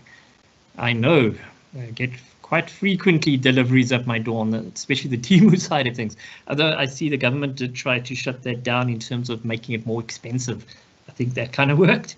But anyway, just shows you how cheap things can be out there. So yes, okay, so you guys have really posted quite a lot of different things. I see under community building some nice ones. There's Discord. If you never used Discord before, I think the gamers love Discord. It's definitely something I see my kids love doing, posting videos and things. So that's quite interesting. The education side, we've also, okay, I did mention LinkedIn, but you've also got Coursera and YouTube, and there's also the other one, Udemy. So there's lots of different apps there on that side that you can also explore as well. Of course, business stuff, guys. It's like, for example, Fiverr. I mean, you can earn some money on the side creating things for people out there. So that's also quite an interesting one called Fiverr. So yeah, so those are the type of apps. Millions and millions of different apps. You always see people coming up with something new and then they become billionaires and all sorts of things. Of course, cryptocurrency, I mean, that's everywhere nowadays as well. So there's so many apps. So I think this activity, you guys kind of did sort of do it, but just remember, go and do it on the course site as well. You don't have to do it now. We'll call this one homework, if you like. You have posted in the Teams chat on there. I'm quite happy that you guys have given us quite a lot of information there already. So just remember to go do those activities when you get a chance. Okay, so now, of course, the most important element, and I've already touched on this one a little bit, is your security of your device. So for a UNISA student, MFA, multi-factor authentication, we brought it in because of the challenges we were having about people changing your account details, your cell phone number, whatever it may be, and then they were accessing, for example, your data and stealing things like that from you, apart from the personal information. So device security is absolutely critical now. And with smartphones and the fact that we use smartphones so much, how do you protect yourself? Well, it's actually quite simple. You need to make sure that your device is up to date. Okay, so that's the first thing. Make sure your operating system's up to date and all the apps that you're using are up to date. You must also have a look at the device care as well. In other words, how is my device performing? Am I running it as good as I should, or is there a lot of apps that are simply just draining it down all the time? So that's quite important to remember. So device security, you need to make sure that, especially with emails, like I indicated before, those emails that you get where people are saying there's an emergency, there's always an emergency. So you've got to be so careful about which apps you're going to, or emails you're going to respond to, and what information do they want from you. That's why it's important that you understand that how these people are actually trying to get into your information. So if you want to do a little bit more research, you must actually go look at the course. We do have a course on our platform. It's STU 400. It talks about the Microsoft. Maybe Richard can just post it in the chat there. But there we also speak about digital citizenship and what does it actually mean to be a good digital citizen. In other words, guys, whatever you're posting out there, that is about you. So if you're saying, this is where I work, this is where my kids go to school, this is where I bank, you are actually telling people out there who want to know this information a lot about who you are. Okay? And that's why it becomes device security goes hand in hand with digital citizenship, because you've got to think twice before you post anything out there in the social media. Because as you can see, you are telling people about yourself. All right. So there is a danger in that, especially kids in school uniform. That has become such a scary thing nowadays, where if I do a quick search, I can see where you work. Then I can figure out where your kids are going based on where you work, your location, and you posting things. Then I can contact the school and say, I'm the parent, I need to pick up my kid. You know, so these guys are professionals, guys. They know what they're doing. And it's not that they're going after people with millions and millions of rands in the bank anymore. Now they're going after people who just have 10,000 rand in the bank. Okay, so it's really become like that now. So you really got to think twice. And remember, once you've posted something in social media, it's not going to disappear. It's going to be there. It doesn't matter if you delete it. Some way, somehow, it still exists. You find this with the politicians. Every time someone gets appointed to do something, there's like a zillion people saying, "Ah, remember this post of 20 years ago, you said X, Y, and Z." So it doesn't disappear. So you really, really must be very conscious about what you're posting in social media and who are your friends on Facebook, if you still use Facebook. If you don't know people there personally, guys, rather get rid of them. If you get a friend request from somebody and you know the person, pick up the phone or send them a WhatsApp and say, "Hey, I see you sent me a new friend request. Is it you? Is it not you?" Just confirm that, because those guys create fake profiles all the time. So it is really going hand in hand. Your device security and what you're putting in social media, you kind of need to be more aware of these things. So be very, very careful about this. On Richard and Benele, your guys' side, is there any tips with regards to security that you really feel our students need to be aware of? Thanks, David. Yep, I can go first. Yep, so, yeah, I think the main thing here is understanding what hacking is, in terms of the majority of the time that it's usually a human error that leads to hacking most of the time, where most people would think that someone is sitting in a dark room full of screens and they somehow sit there and just hack your phone or your laptop. But most of the time what happens is that a door or a digital door was left unlocked, right? And this is how they then get access to it. So a simple thing like when you have to go to the bathroom and you don't lock your computer. I mean, we in a work environment, we're thinking that we are, all colleagues and we can trust each other, but something like that can lead towards you being hacked, right? On your smartphone, something as simple as sharing your PIN, because usually this is what happens with, other applications like WhatsApp, where people can mirror all of the information that's happening and duplicate it onto another device. So I would say that the one thing to look out for and is basically understanding that most of the time when someone says they were being hacked, it's usually because they left the digital door unlocked. So it's like leaving your house, and some people just leave the front door open, digitally speaking, or they may close the door, but then they don't necessarily lock. So yeah, something to keep in mind is that usually it's because of what we tend to overlook. Yeah, thanks. All right, thanks, Manela. Quite interesting take on leaving the door open. Very nice way of putting it. All right, Richard, on your side? Yes, so for devices, always make sure that it's updated, the operating system, and then also be very careful sites that you visit, and also the apps that you download. Always make sure it's from a reputable place. I see there, for instance, somebody mentioned Catfish as well. That's a very popular way. That's a method of opening the door, as you could say. And how it actually starts is very interesting. It's just somebody will give you a message, for instance, hello, and you don't know who it is. But then as soon as you start replying, they start very slowly, and it takes almost like a year for them to slowly open up the door to your device and to all your financial information, all that type of thing. So be very careful to avoid that. If you don't know the person, do not reply to them. And then, yes, always just make sure your security settings are two-factor authentications, that you protect those, especially things that you use, such as WhatsApp.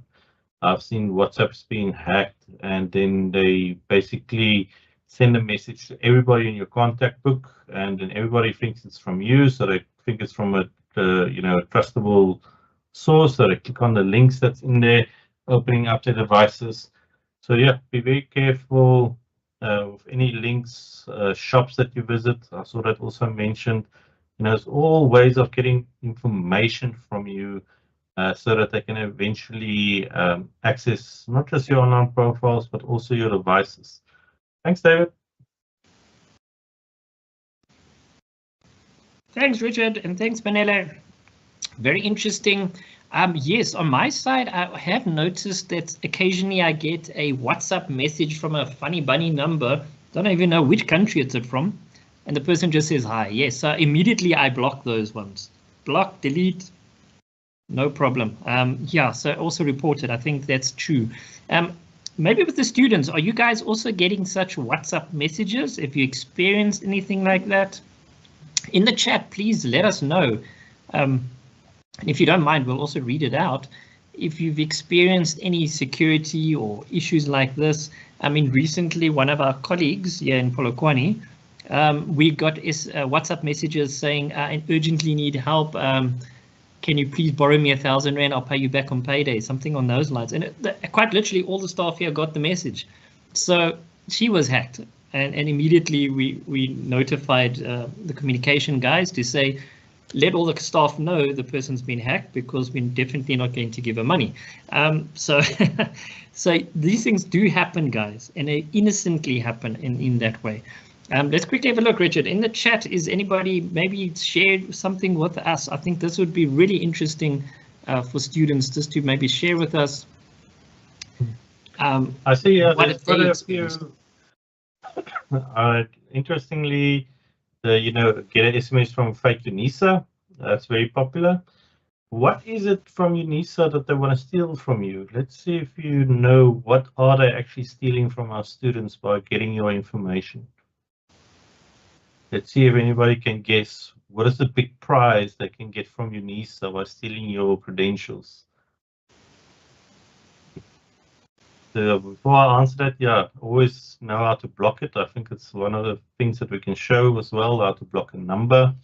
I saw earlier that you use like Truecaller to identify numbers. I also use Truecaller a lot. Yeah, and we've got one, data. They want to steal your data.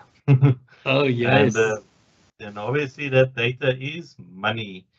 And that's where a big, why we target it so much by hacking and things like that is because they actually want to get into your student admin account so that they can change the number, and then they get all the data that was supposed to go to you. And then obviously, yeah, your identity and things like that. But the main one that they're currently targeting is to steal your data. Thanks, David. All right, super. Thanks, Richard. Yes, I saw the one person, Papa Jan. I see the student was asking money for rent. I mean, that's quite crazy. They want money, they want data. Yeah, guys, it looks like it happens. School fees even. Nice. They want me to pay them again. Oh my gosh.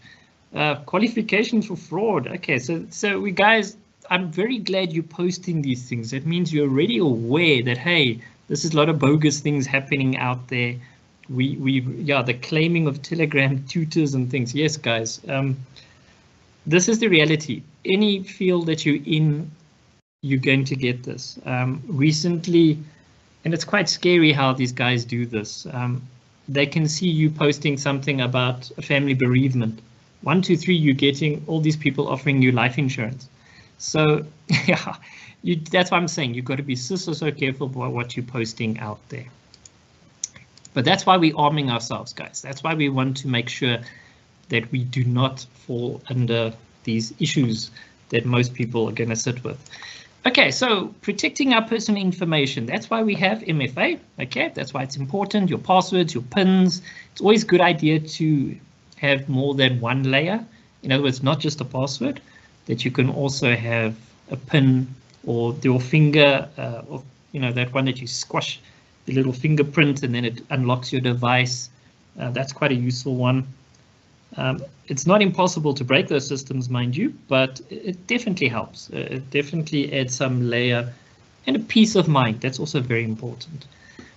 Preventing unauthorized access. Yeah, that's very important. Just because you're a student, just remember one thing, guys.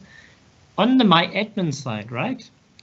Everything about you is there. Where you live, all those personal details is there. So that's gold dust for these people that want to understand or try to fraud you. So preventing unauthorized access is critical. Actually, as Banele said, lock your screen. That's so important. I notice when I'm traveling a lot and I'm in a bus going to the aircraft, and you see people typing in their PIN codes. They're standing right next to me. I can see everything they're doing. And then I'll actually tell them, you've just given me your PIN code. And then they're shocked. I'm saying, but I'm standing right here. I can see what you're doing. Always be aware what's around you. Whenever you're typing in a password or a PIN, do a quick scan, look around. I know it's a bad thing in terms of now we have to be like suspicious of everything, but at the end of the day, it's protecting yourself. So rather do that than have the consequences thereof. So yes, add permissions to control your data. I know a lot of the apps will actually say, do I have permission to access your microphone or your video or your documents? Be careful, like Richard said, be careful which apps you're installing on your device. Okay, if it's too good to be true, then you are actually going to be the target of the app itself. Okay, so just remember that nothing in life is free generally. Encryption, yes, we definitely encrypt our data. Most of the systems are built in already, so that's quite nicely done. I mean, even your WhatsApp, it does that. And of course, backing up your information is always important, especially the days when we used to have those viruses that used to lock up your whole laptop, and then the people would want money, and then you give them money, and then you still don't get your data. So backups, critical. You need to have those. That's why we've got OneDrive, and we're going to show you on Friday how OneDrive works. So it's definitely important to back up your data. A lot of phones now do have anti-malware and viruses. You guys all know what malware is. Maybe in the chat, just post there if you know what malware is, and maybe explain in your understanding. What is malware? I'm going to give you 2 minutes, so think about it. Please don't use Google and find the answer. From your current understanding, what is malware? Let's see what the guys come up with. David, we don't Google anymore. We ask ChatGPT. AI. Yes, of course. I mean, ChatGPT is basically a super advanced Google because now it even tells you how to get the answers. Okay, so what is malware, guys? That's what we're checking now. So Richard, then in terms of ChatGPT, what would the answer to that question be? What is malware? We can have a look. Let me use Copilot. Ah, of course, yes, Copilot. I see that's now the in thing. And yes, we're going to show you Copilot on Friday as well. It's part of Office 365, Microsoft 365.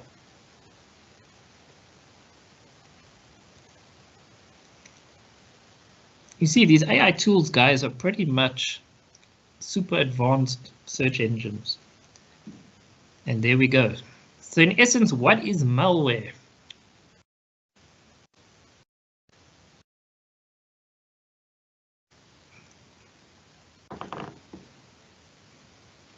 What are you typing now, Richard? Give me an image. You see now, guys, now we're getting a little bit something extra here. That's why I did promise you that we use AI tools. If you've never used it before, Copilot is free, it's available, and it's something worthwhile trying out. See how that it can actually help you, not necessarily do work for you. I love some of the answers that are coming in. Virus to give hackers access to your computer. What a fantastic answer. Very spot on. Even adware, viruses, yeah, worms. Some of these we haven't heard for a while. I think spyware is always in the background, and adware, you don't even realize it, but you're generating a lot of money for them. So here's malware, an image. There's another one that's also being used called bloatware. Oh, that's new. What does that one do? So when you buy a PC or typically would be an Android smartphone, you would find that there are applications that are pre-installed that take up a whole lot of space, and you'll find that you don't even need or use those applications. So essentially your phone or your laptop is bloated with software that you don't need. So it's considered bloatware. Oh, wow. That's crazy. Yep. Yeah, you've just learned something new, guys. Bloatware, the latest thing to hit us that we now need to be aware of. That's crazy.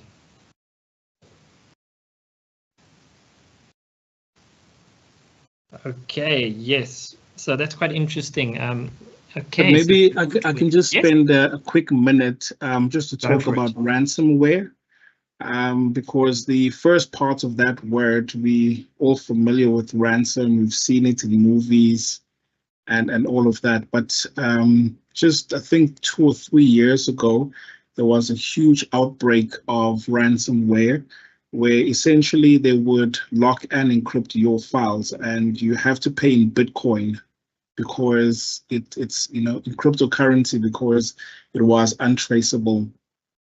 So essentially, all of your documents, your files, I mean, this is your life, this is your intellectual property. And some of the companies were held at ransom using ransomware.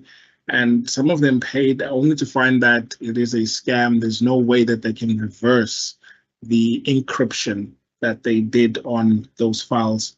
So this also leads me to a point inside Microsoft OneDrive that you store all of your documents, your assignments, and everything, so that in the event that your information has been corrupted or encrypted by ransomware, it actually takes a snapshot of 30 days. So what you can do is that, in fact, every single day takes a snapshot of your entire OneDrive environment.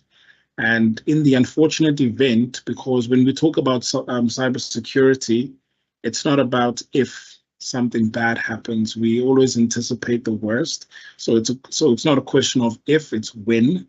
So in OneDrive, you can then go back and then restore at least yesterday's snapshot of how your data was before the invasion or the attack happened. And you can restore it from that point, and at least you would have maybe lost 1 day worth of documents, but from yesterday moving back, at least you have all of that data. So if there's time, David, I'd be happy to demo this. And also just to mention that, I mean, OneDrive is part of the My Life offering. So as much as you have Word, Excel, PowerPoint, you do have OneDrive, which also does protect from ransomware by creating a snapshot that you can always back up from 30 days. Yes, 30 days. Thank you. Yes, thanks, Manila. Yes, we are going to cover OneDrive, guys. That's definitely one of the tools we recommend, because quite frankly, when that USB dies, you want to cry as well and bury it. So OneDrive is really a lovely solution that you guys, students, you can use. And we're definitely going to be exploring that with you as we go along the course of the next 2 days. So definitely. Thanks, Richard. I see Copilot it's so interesting, and you guys just had a quick view of how Copilot works. And yes, we will actually just delve into that a little bit more.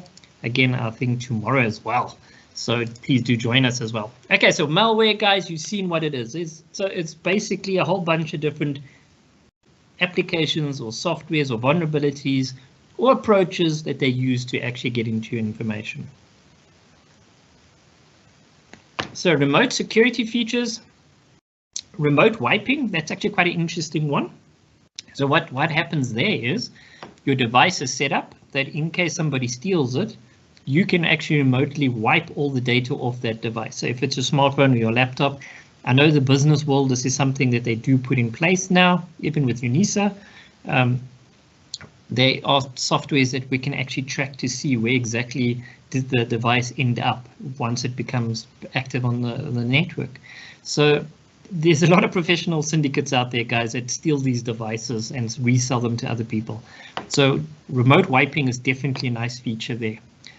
Protecting your information is really, really important, especially when it comes to financial data, guys, because your smartphone has so much information, apps and everything. Your whole life is on your smartphone. So you really got to make sure you've got every measure put in place to make sure that nobody can access your data on your smartphone. Personal data, of course, that's also very important because remember what I said, they learn about you, then they can try to see how they can bribe you or ransomware you or abduct you. You know, all this reality is a scary world we're in. Okay, so preventing identity theft. You'll just be surprised how easily this has become such a big thing now in the world. It happens, all right? Otherwise, your transactions get messed up. I mean, they breach your accounts, they get into where they shouldn't get into, and then your money disappears.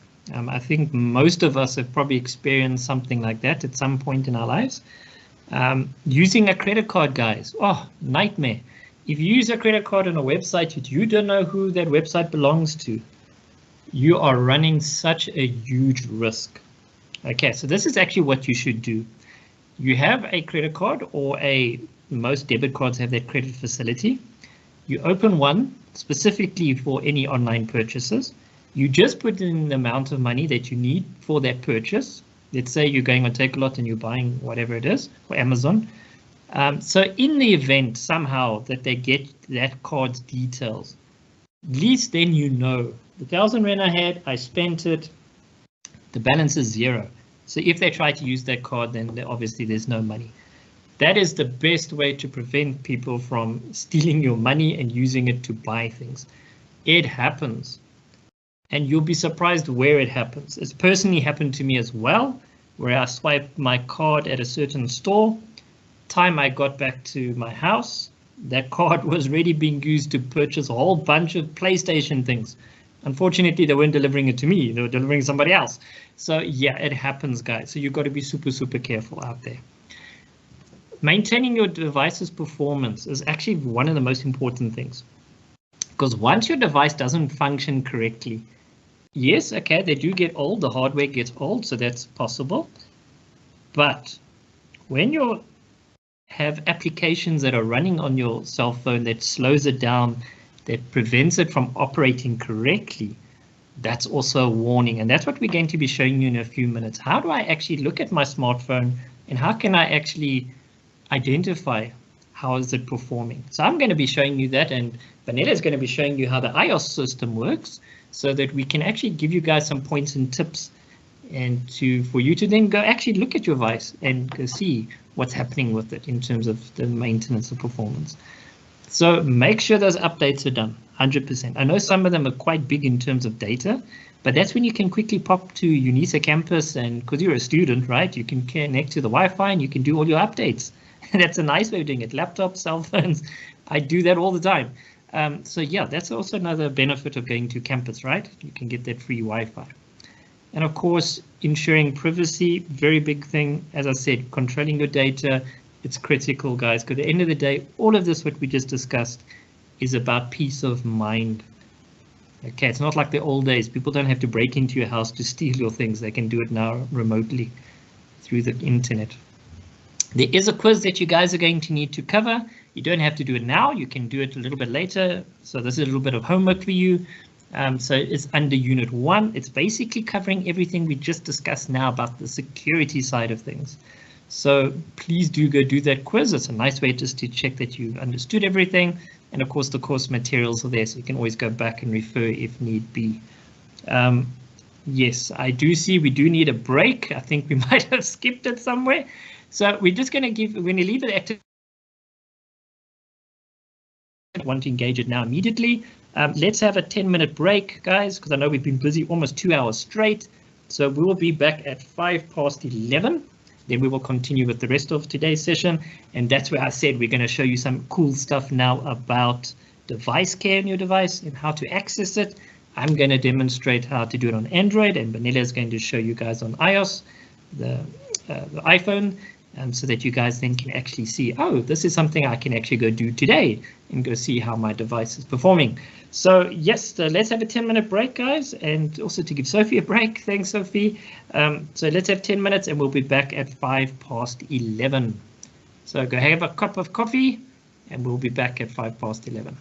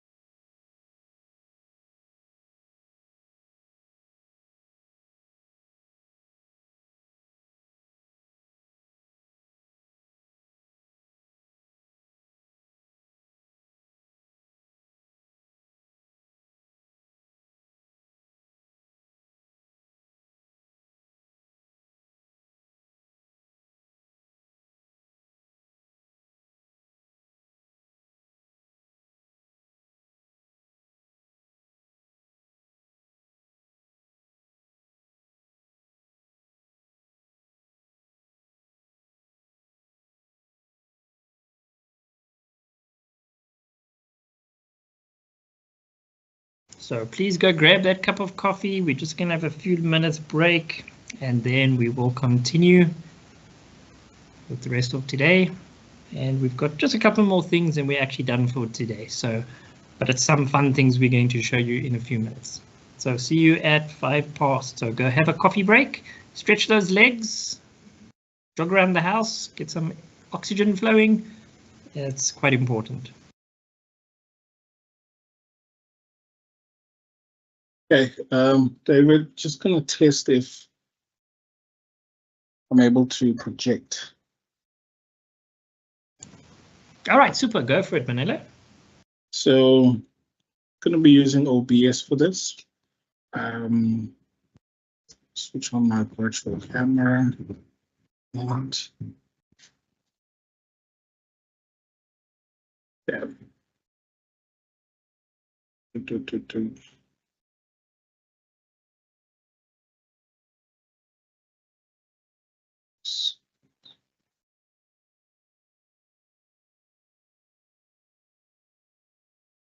I just need to switch off the blur.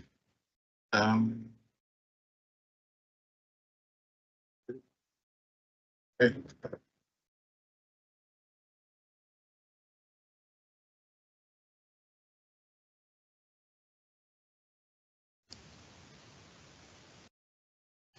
So I'm not sure if this is inverted or. Yep, I can see it.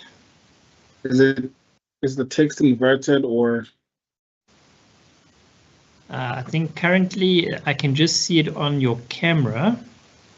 So it's not sharing as such in terms of Teams. It's not doing a full screen share. Okay, so let me try and spotlight it. Okay, yep, there we go. Yep. So in terms of the wording, is it the right orientation? Yeah, it looks all right. Richard, on your side, does it look, it's not 100% clear, but yeah, we can see some of it, yes. Yeah, it's good on my side. Is it clear on your side? Yeah, it's quite clear. Oh, okay. Yep. What I could also do is I could make this just a tad bigger, but obviously this will mean that myself down there. And then for the different sections, right? Can always make some of these bigger and some of them smaller. Like right now, the focus is on the bottom section. So, well, I'll try and make sure that it's big and people can see it in terms of scaling it. If that works.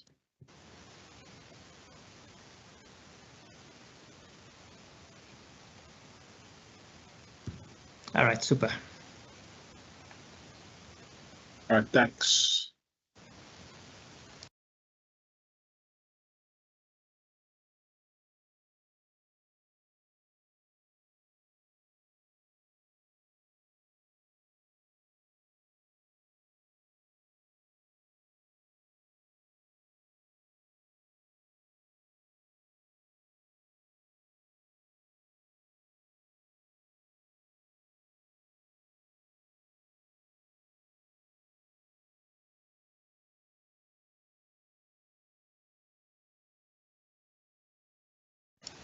For those students who are back already, you guys can maybe just sit and do the activities while you wait for us. We've still got a few more minutes, then we're going to continue.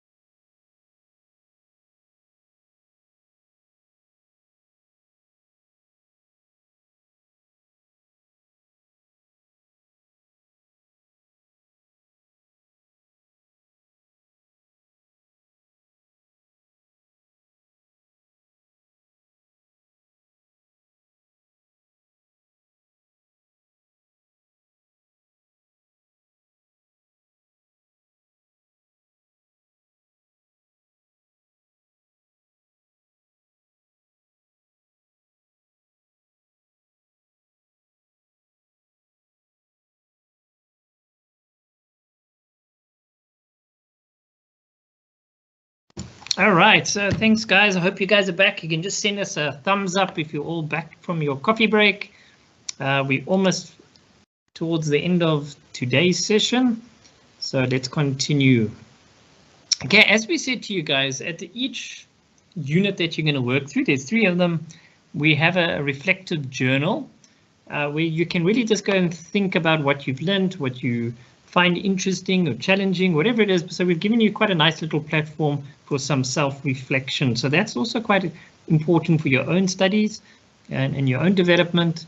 So please do remember to complete all the activities as well. Okay, so as we promised you, we're going to look at some demoing device care. And I think this is quite an important element that you guys need to be able to do. The reason being, especially now with exams coming up, right? You are going to be writing exams, so you need to be able to check to see, how is my device performing? Is it performing optimally? How can I get it to perform optimally? And what sort of tweaks can I do to ensure that it's going to give me the best performance possible? So let me quickly switch on my phone again. So there we go. Right, let me share. Okay, so there we go. So we're back in again. Okay, so this is an Android phone that I'm showing you guys. So how am I going to get to device care? So what you can do is, you're just going to hit your menu button, go to where all your apps are located, and then you'll find there's an option saying settings. So you'll see it's just over there. So you can select it.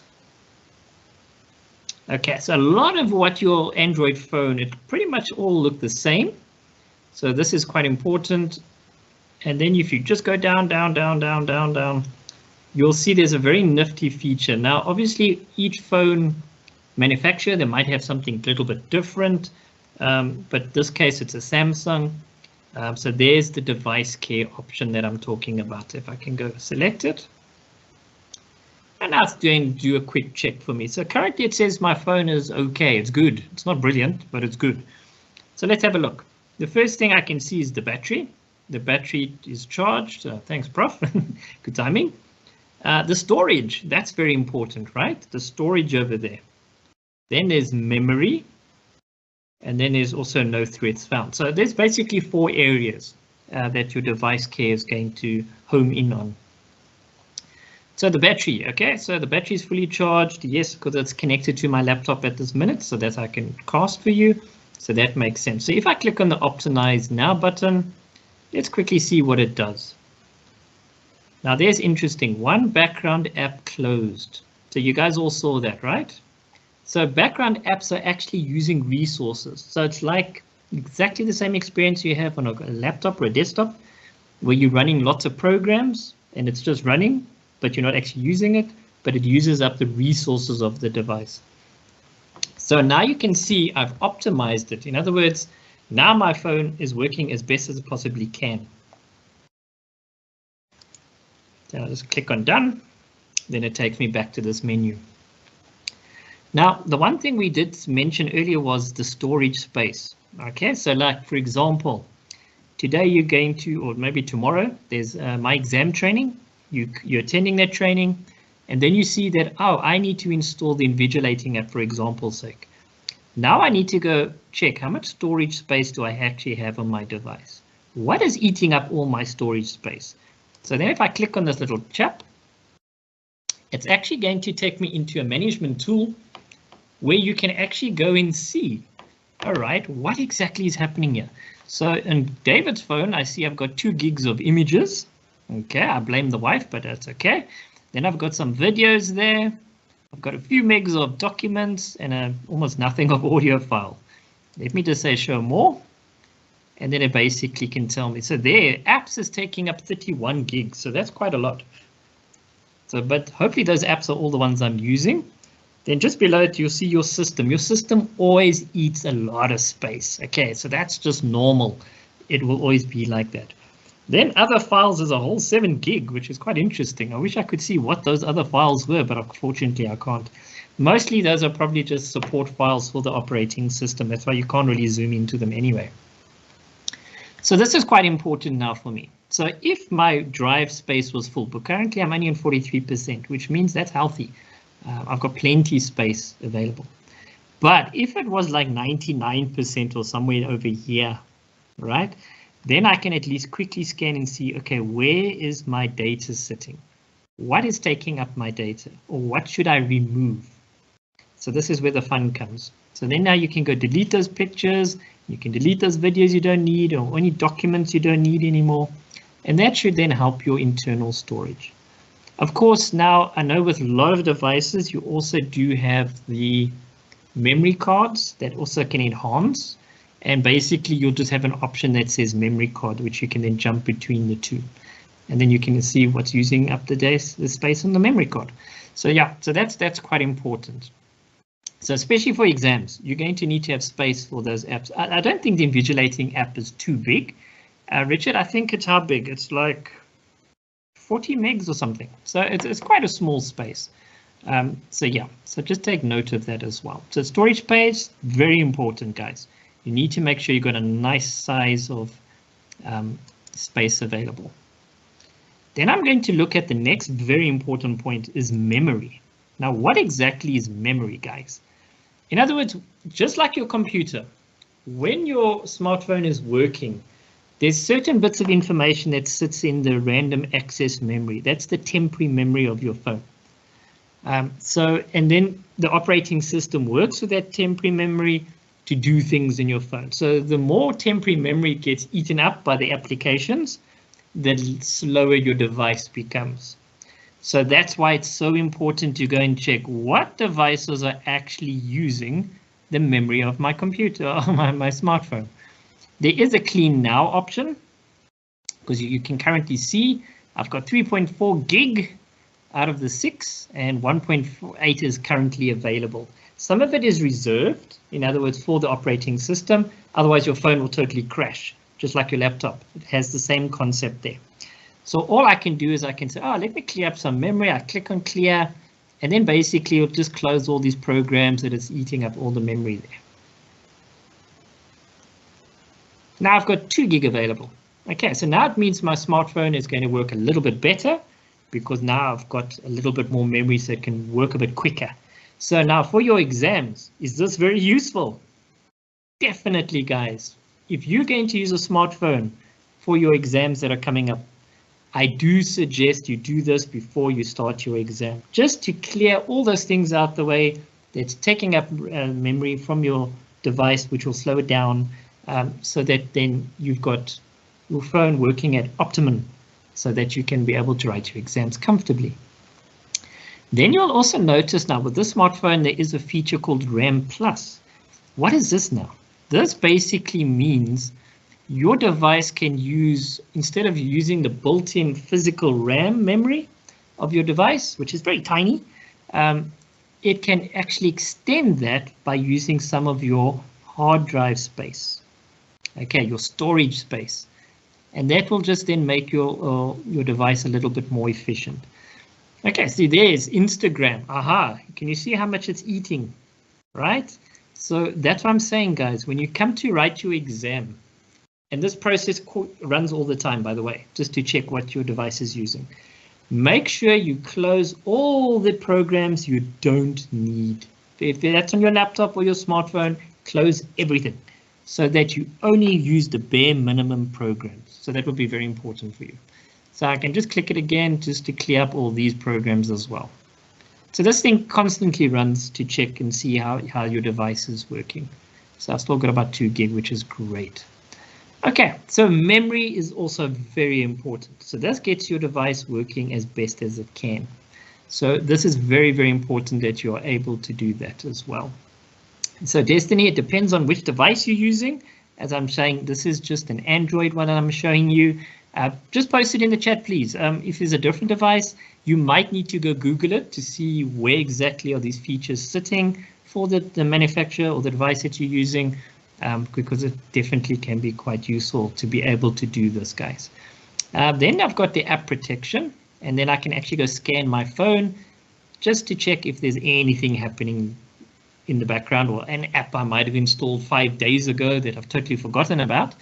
And then this little feature then can actually go and check what's happening with those apps and identifying any. It's funny enough with Huawei, it always seems to pick it up first.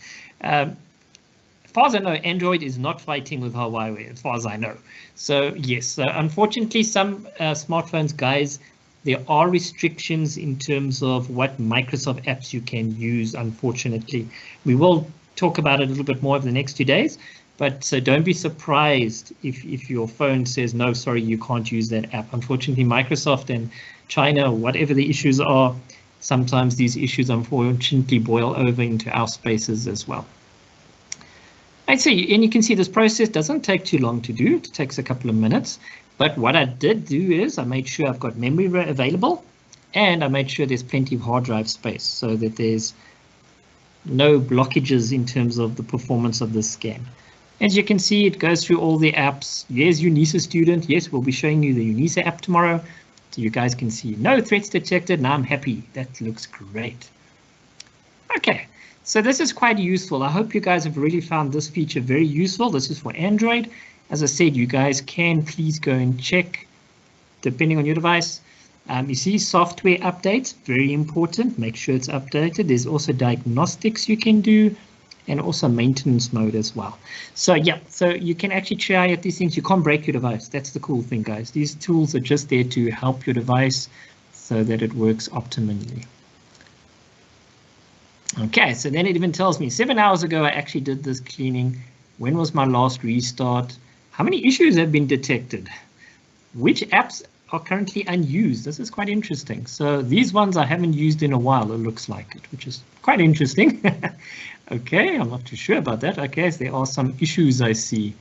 Most of those issues are probably deep sleep. So what happens here is when my device detects that an app that's using memory, I'm not using it very often, it will put it into a sleep mode so that the app then doesn't use that memory anymore. So it'll automatically do it for me. But only when I need to use the app, then it comes awake again and then I can use it again. So yeah, so that's kind of cool that as well. So guys, device care, very, very important. Make sure you know how your device's one is working so that you can easily see how's the memory looking, how's the storage looking, because this is very important if you're writing your exam and that you're going to need your device to work as best as it possibly can. Okay, so this is the Android side of things. So now I'm going to hand over to Benele, and he's going to show you the iOS side, which is your iPhone side. Over to you, Benele. Thanks so much, David. Okay, 1 sec, sorry. Start virtual camera. Hopefully you can see it and you can see me. Okay, so I've got my Apple smartphone, and let's just give it a second and it will appear shortly. There we go. So I'm going to cover similar features from what David has already covered, and some of them may be the same, some slightly different, but obviously at the end of the day, it is about optimizing your smartphone so that you can get better use out of it. So let me just quickly ask a question in the chat that what's your preferred refresh cycle for a smartphone? Because I know some people change smartphones every single year. You know, when the latest model comes out, some change it every 2 years, some 3 years. But just tell me if, you know, are you using a phone that you've had for more than a year, 2 years, 3 years, and maybe you can also say refresh cycle every 2 years. Okay. So what I'm going to do here is I'm firstly going to start off with settings, because this is where we get to change a whole lot of things. And as you can see on my screen here, I do have the settings app.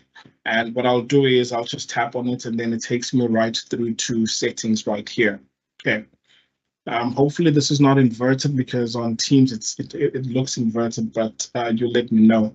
So right at the top, under settings, you'll see that there is a search box. And this search box allows you to search for anything that you may want to change in your smartphone, in this case, your Apple iOS device. And this is way easier than trying to find the particular feature that you would like to optimize. So the first one that we're going to begin with is battery. Now, battery is a huge one because what I've come to learn is that, you know, when it comes to your laptop or your smartphone, that you should basically charge it up to 80% full capacity, because if you push a whole lot of what's it called again, electrons or inside the battery, up to 100%, you'll notice that when charging the last 20%, you may be actually reducing the battery life, of your battery, basically. So so that's the preferred way of trying to prolong your battery so that it basically lasts longer and that you can use it optimally. So what I'm going to do here is I'm first going to tap into battery right here. And then inside battery, there's just a whole lot of information that you'll be able to see in terms of how much time did you spend charging your phone the last 24 hours, which applications are taking up most of the battery juice, and so on. And then another thing is that, let's just say you find yourself at campus and you maybe did not charge the previous night. You can also make use of the low power mode, right? And that's the one that is right at the top, second from the top, where essentially you are reducing the performance of your phone, but that will increase your battery life for the entire day. Okay. And then when you scroll further down, you'll see that there is an option for charging, right? And when you tap on it, this is where you can then set the limit in terms of charging. So you can see that mine is set to 80%.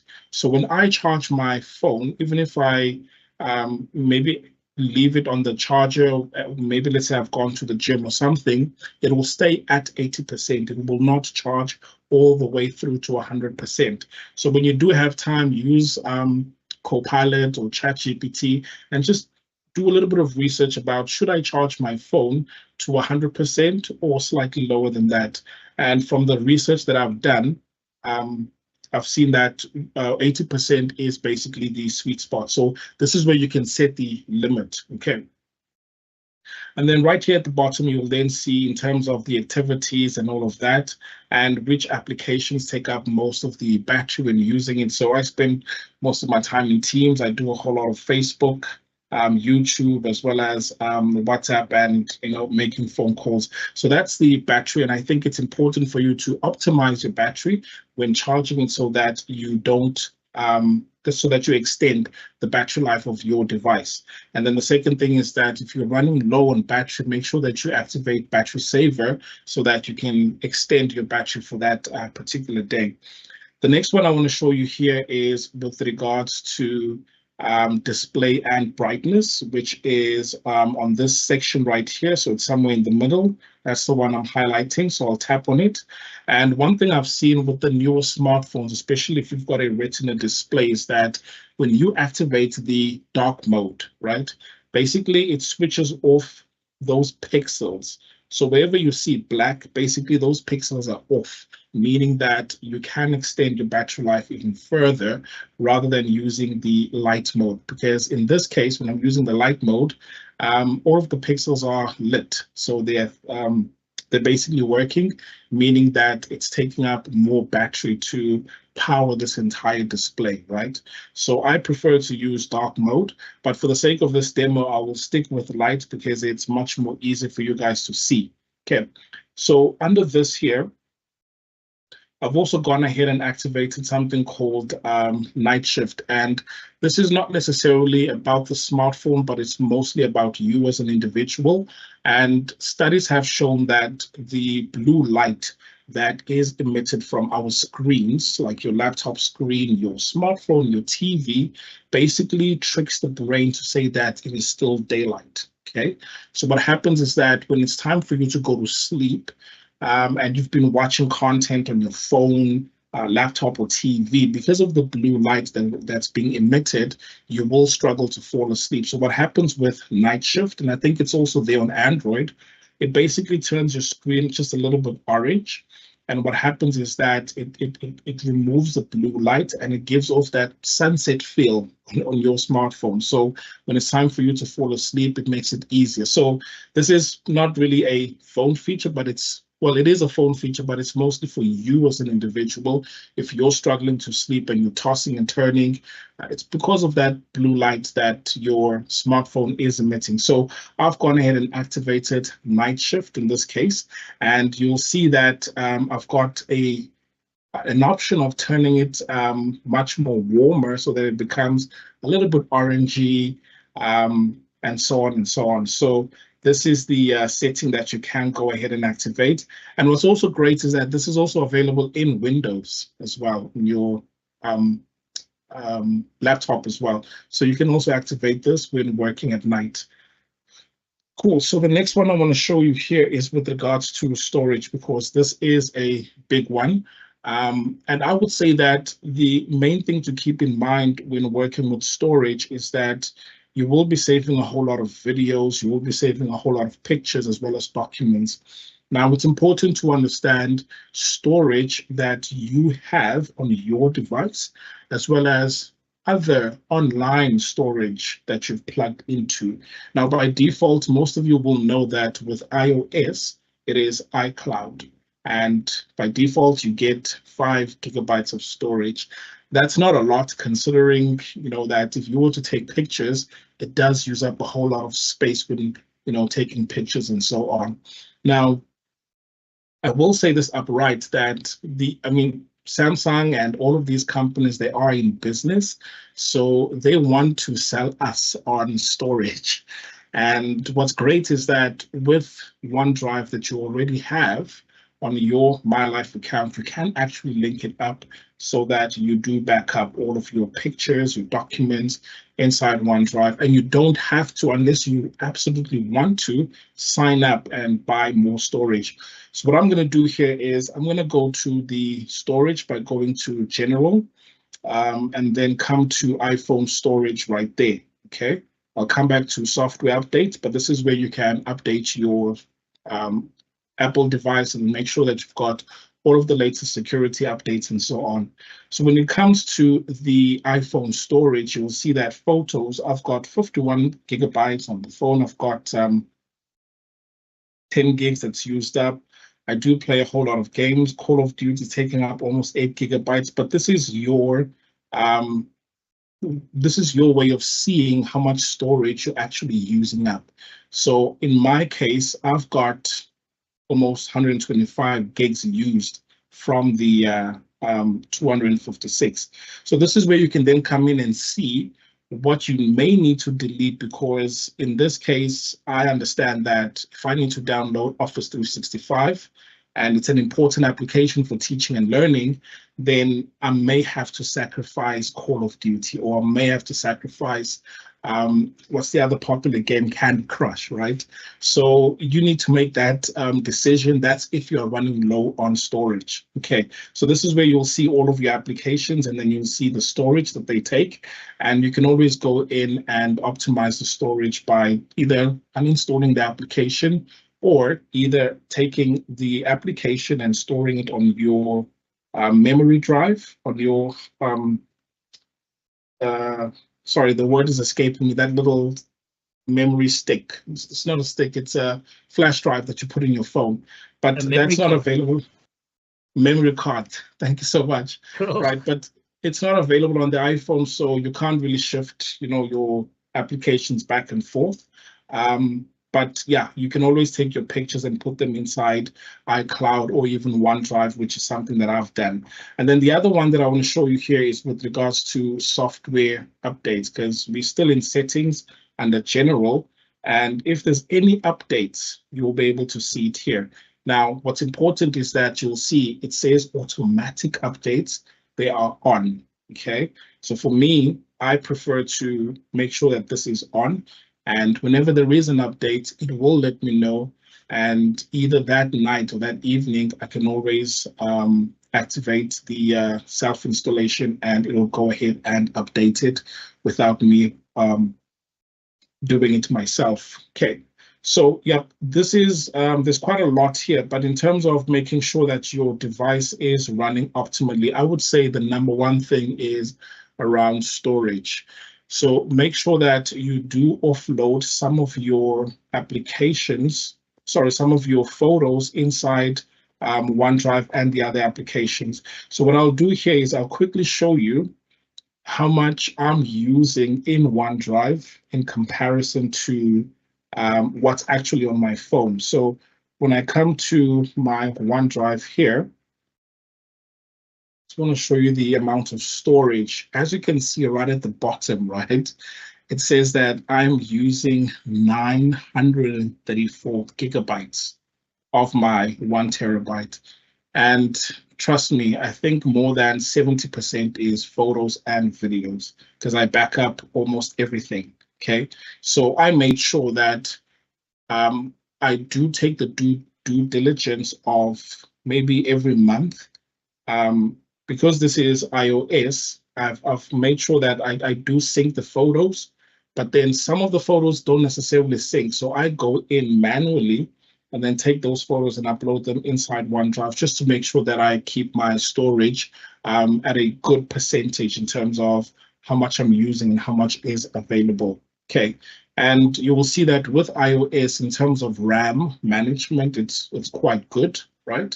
And you can always come in and use up most of the applications. It will do all of the optimization in the background. So yeah, so that's what I've seen with regards to that. And then just before I close for today, I'm just gonna tell a story about a friend that I work with. So I've got a gaming PC. In fact, I've got a gaming PC and I've got a gaming laptop, right? So whenever I do work, maybe it's because I come from the era where my first PC was a slow PC, which only had 2 gigs of RAM. So as an individual, I learned how to optimize, because if I was working inside a particular application, I would work in that application. And then if I was multitasking, maybe I would have about 3 applications running at any given time. So I've learned how to optimize. So my friend, she has a slower PC, but she just opens up tabs. She opens up, applications, and then she would come to me and say, my system's not running optimally. And I would say, look, whatever you're not using, close it, okay? In order for you to allow system resources to the 1 or 2 applications that you're running. Okay, so that would be my advice when it comes to optimization, that also as an individual, try and make sure that you are running your applications optimally. So as you can see, I've got, I can open a number of applications because my phone is capable, but I tend to make sure that as an individual, I also optimize the experience in terms of only running the applications that I need. So happy to share more as we continue for the next day. But yeah, the biggest thing would be storage. So thanks so much, David. Open to questions and happy to answer them if there's anything else. Thank you.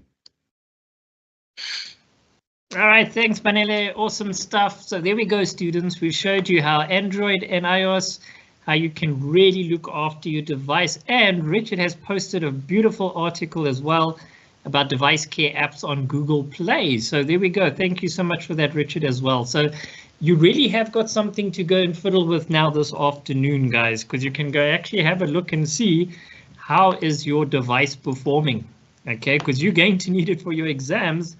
And well, it's also just good to know how's it performing. So let me quickly get back to the slides where I was. So yes, I hope you guys really enjoyed that demo.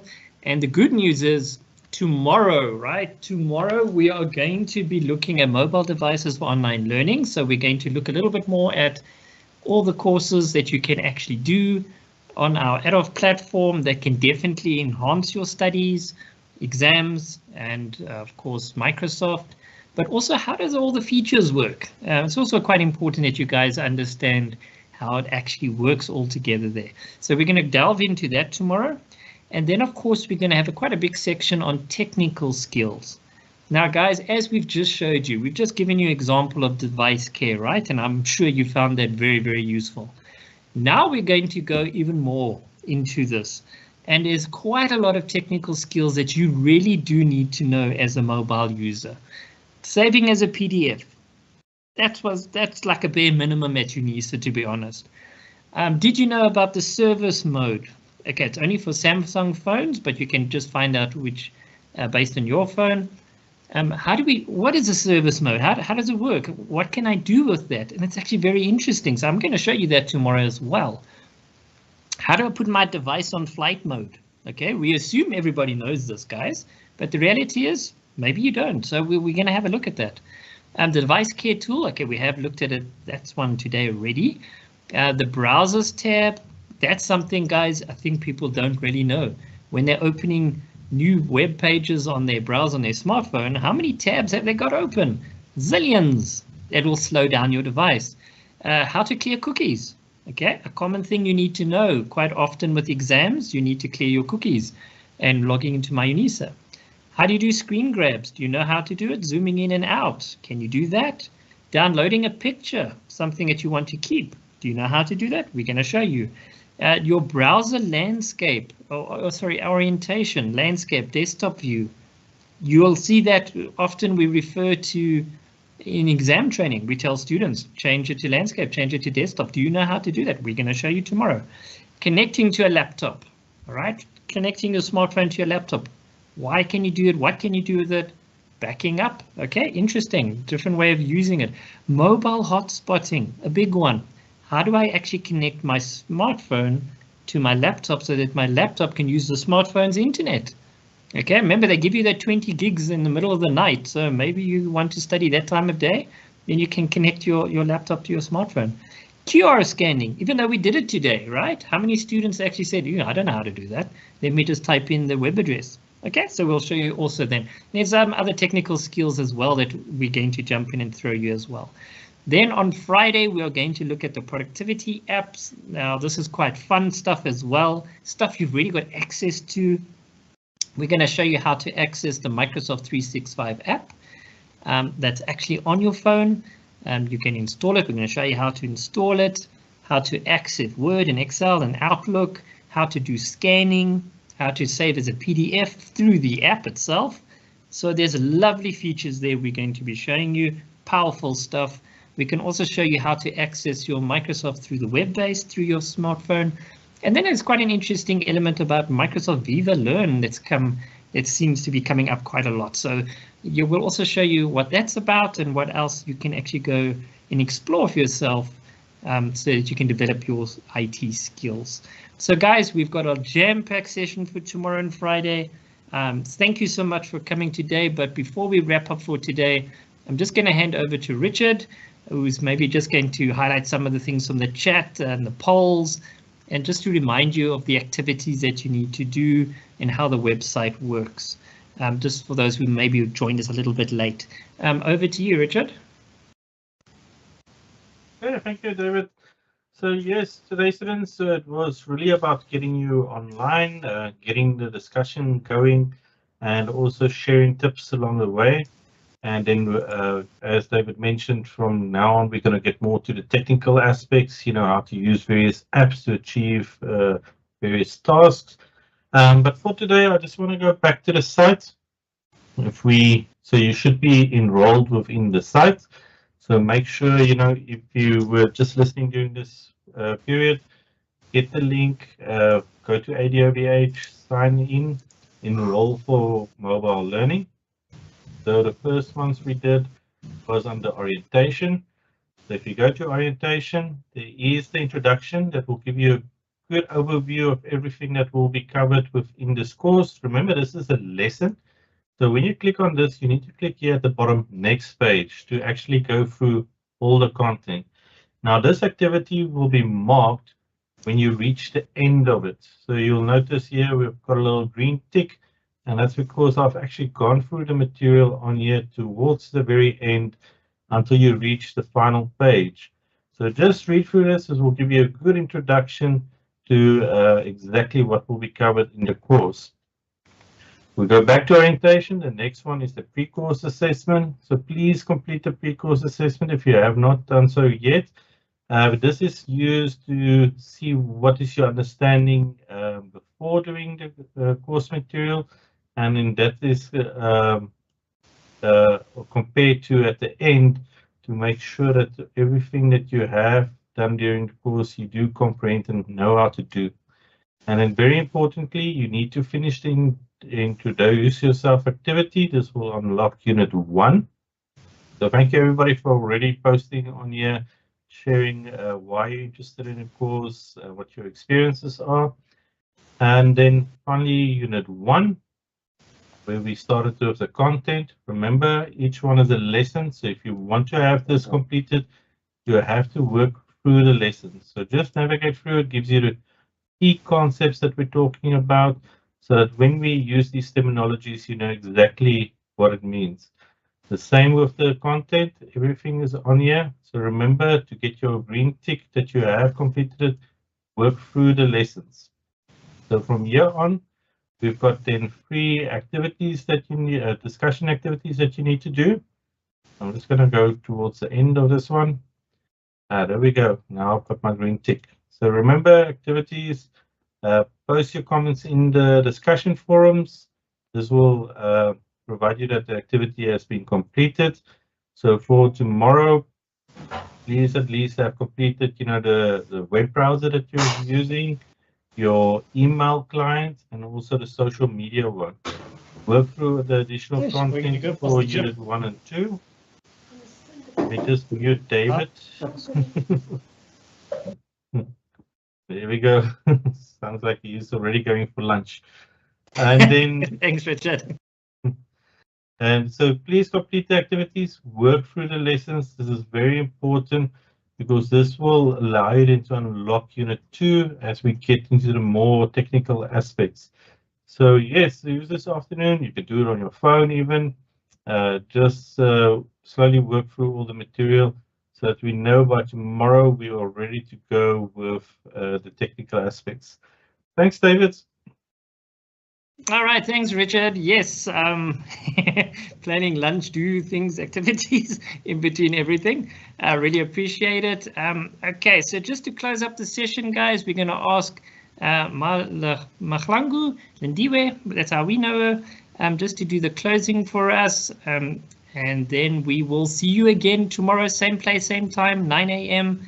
And we will upload the recording as well. So guys, I hope you've enjoyed this. I hope you really found it worthwhile. So let your buddies know about this course. They're most welcome to join us tomorrow as well. And of course on Friday as well. So over to you, Lindiwe, for our closing. Thank you, David. Good day, ladies and gentlemen. I'm Lindiwe, as introduced. Today's session was information overload. As we conclude day 1 of the mobile learning masterclass, I would like to take a moment to express our heartfelt gratitude to all our attendees. Today, we have embarked on an enlightening journey in the world of mobile literacy. We were trained the essential skills that we will empower our learning and future careers. First and foremost, I want to extend our sincere thanks to our facilitators, David, Manele, and Richard, and also our sign language interpreter, Sophie. Colleagues, your expertise and passion for mobile learning have truly inspired us all. The engaging session you led not only enriched our understanding, but also ignited an interest in exploring further. We appreciate the time and effort you have invested in preparing insightful content and activities. As we wrap up today's session, I encourage all of you to take the knowledge you have gained today and activities discussed into our daily lives.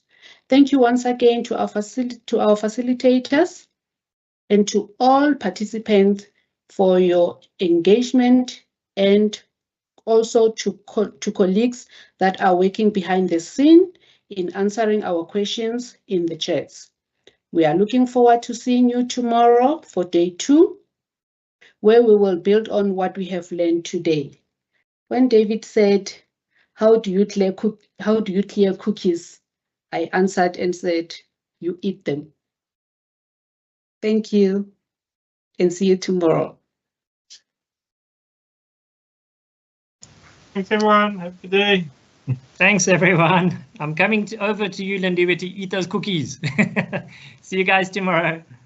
Cheers, I'll everyone. bring them tomorrow.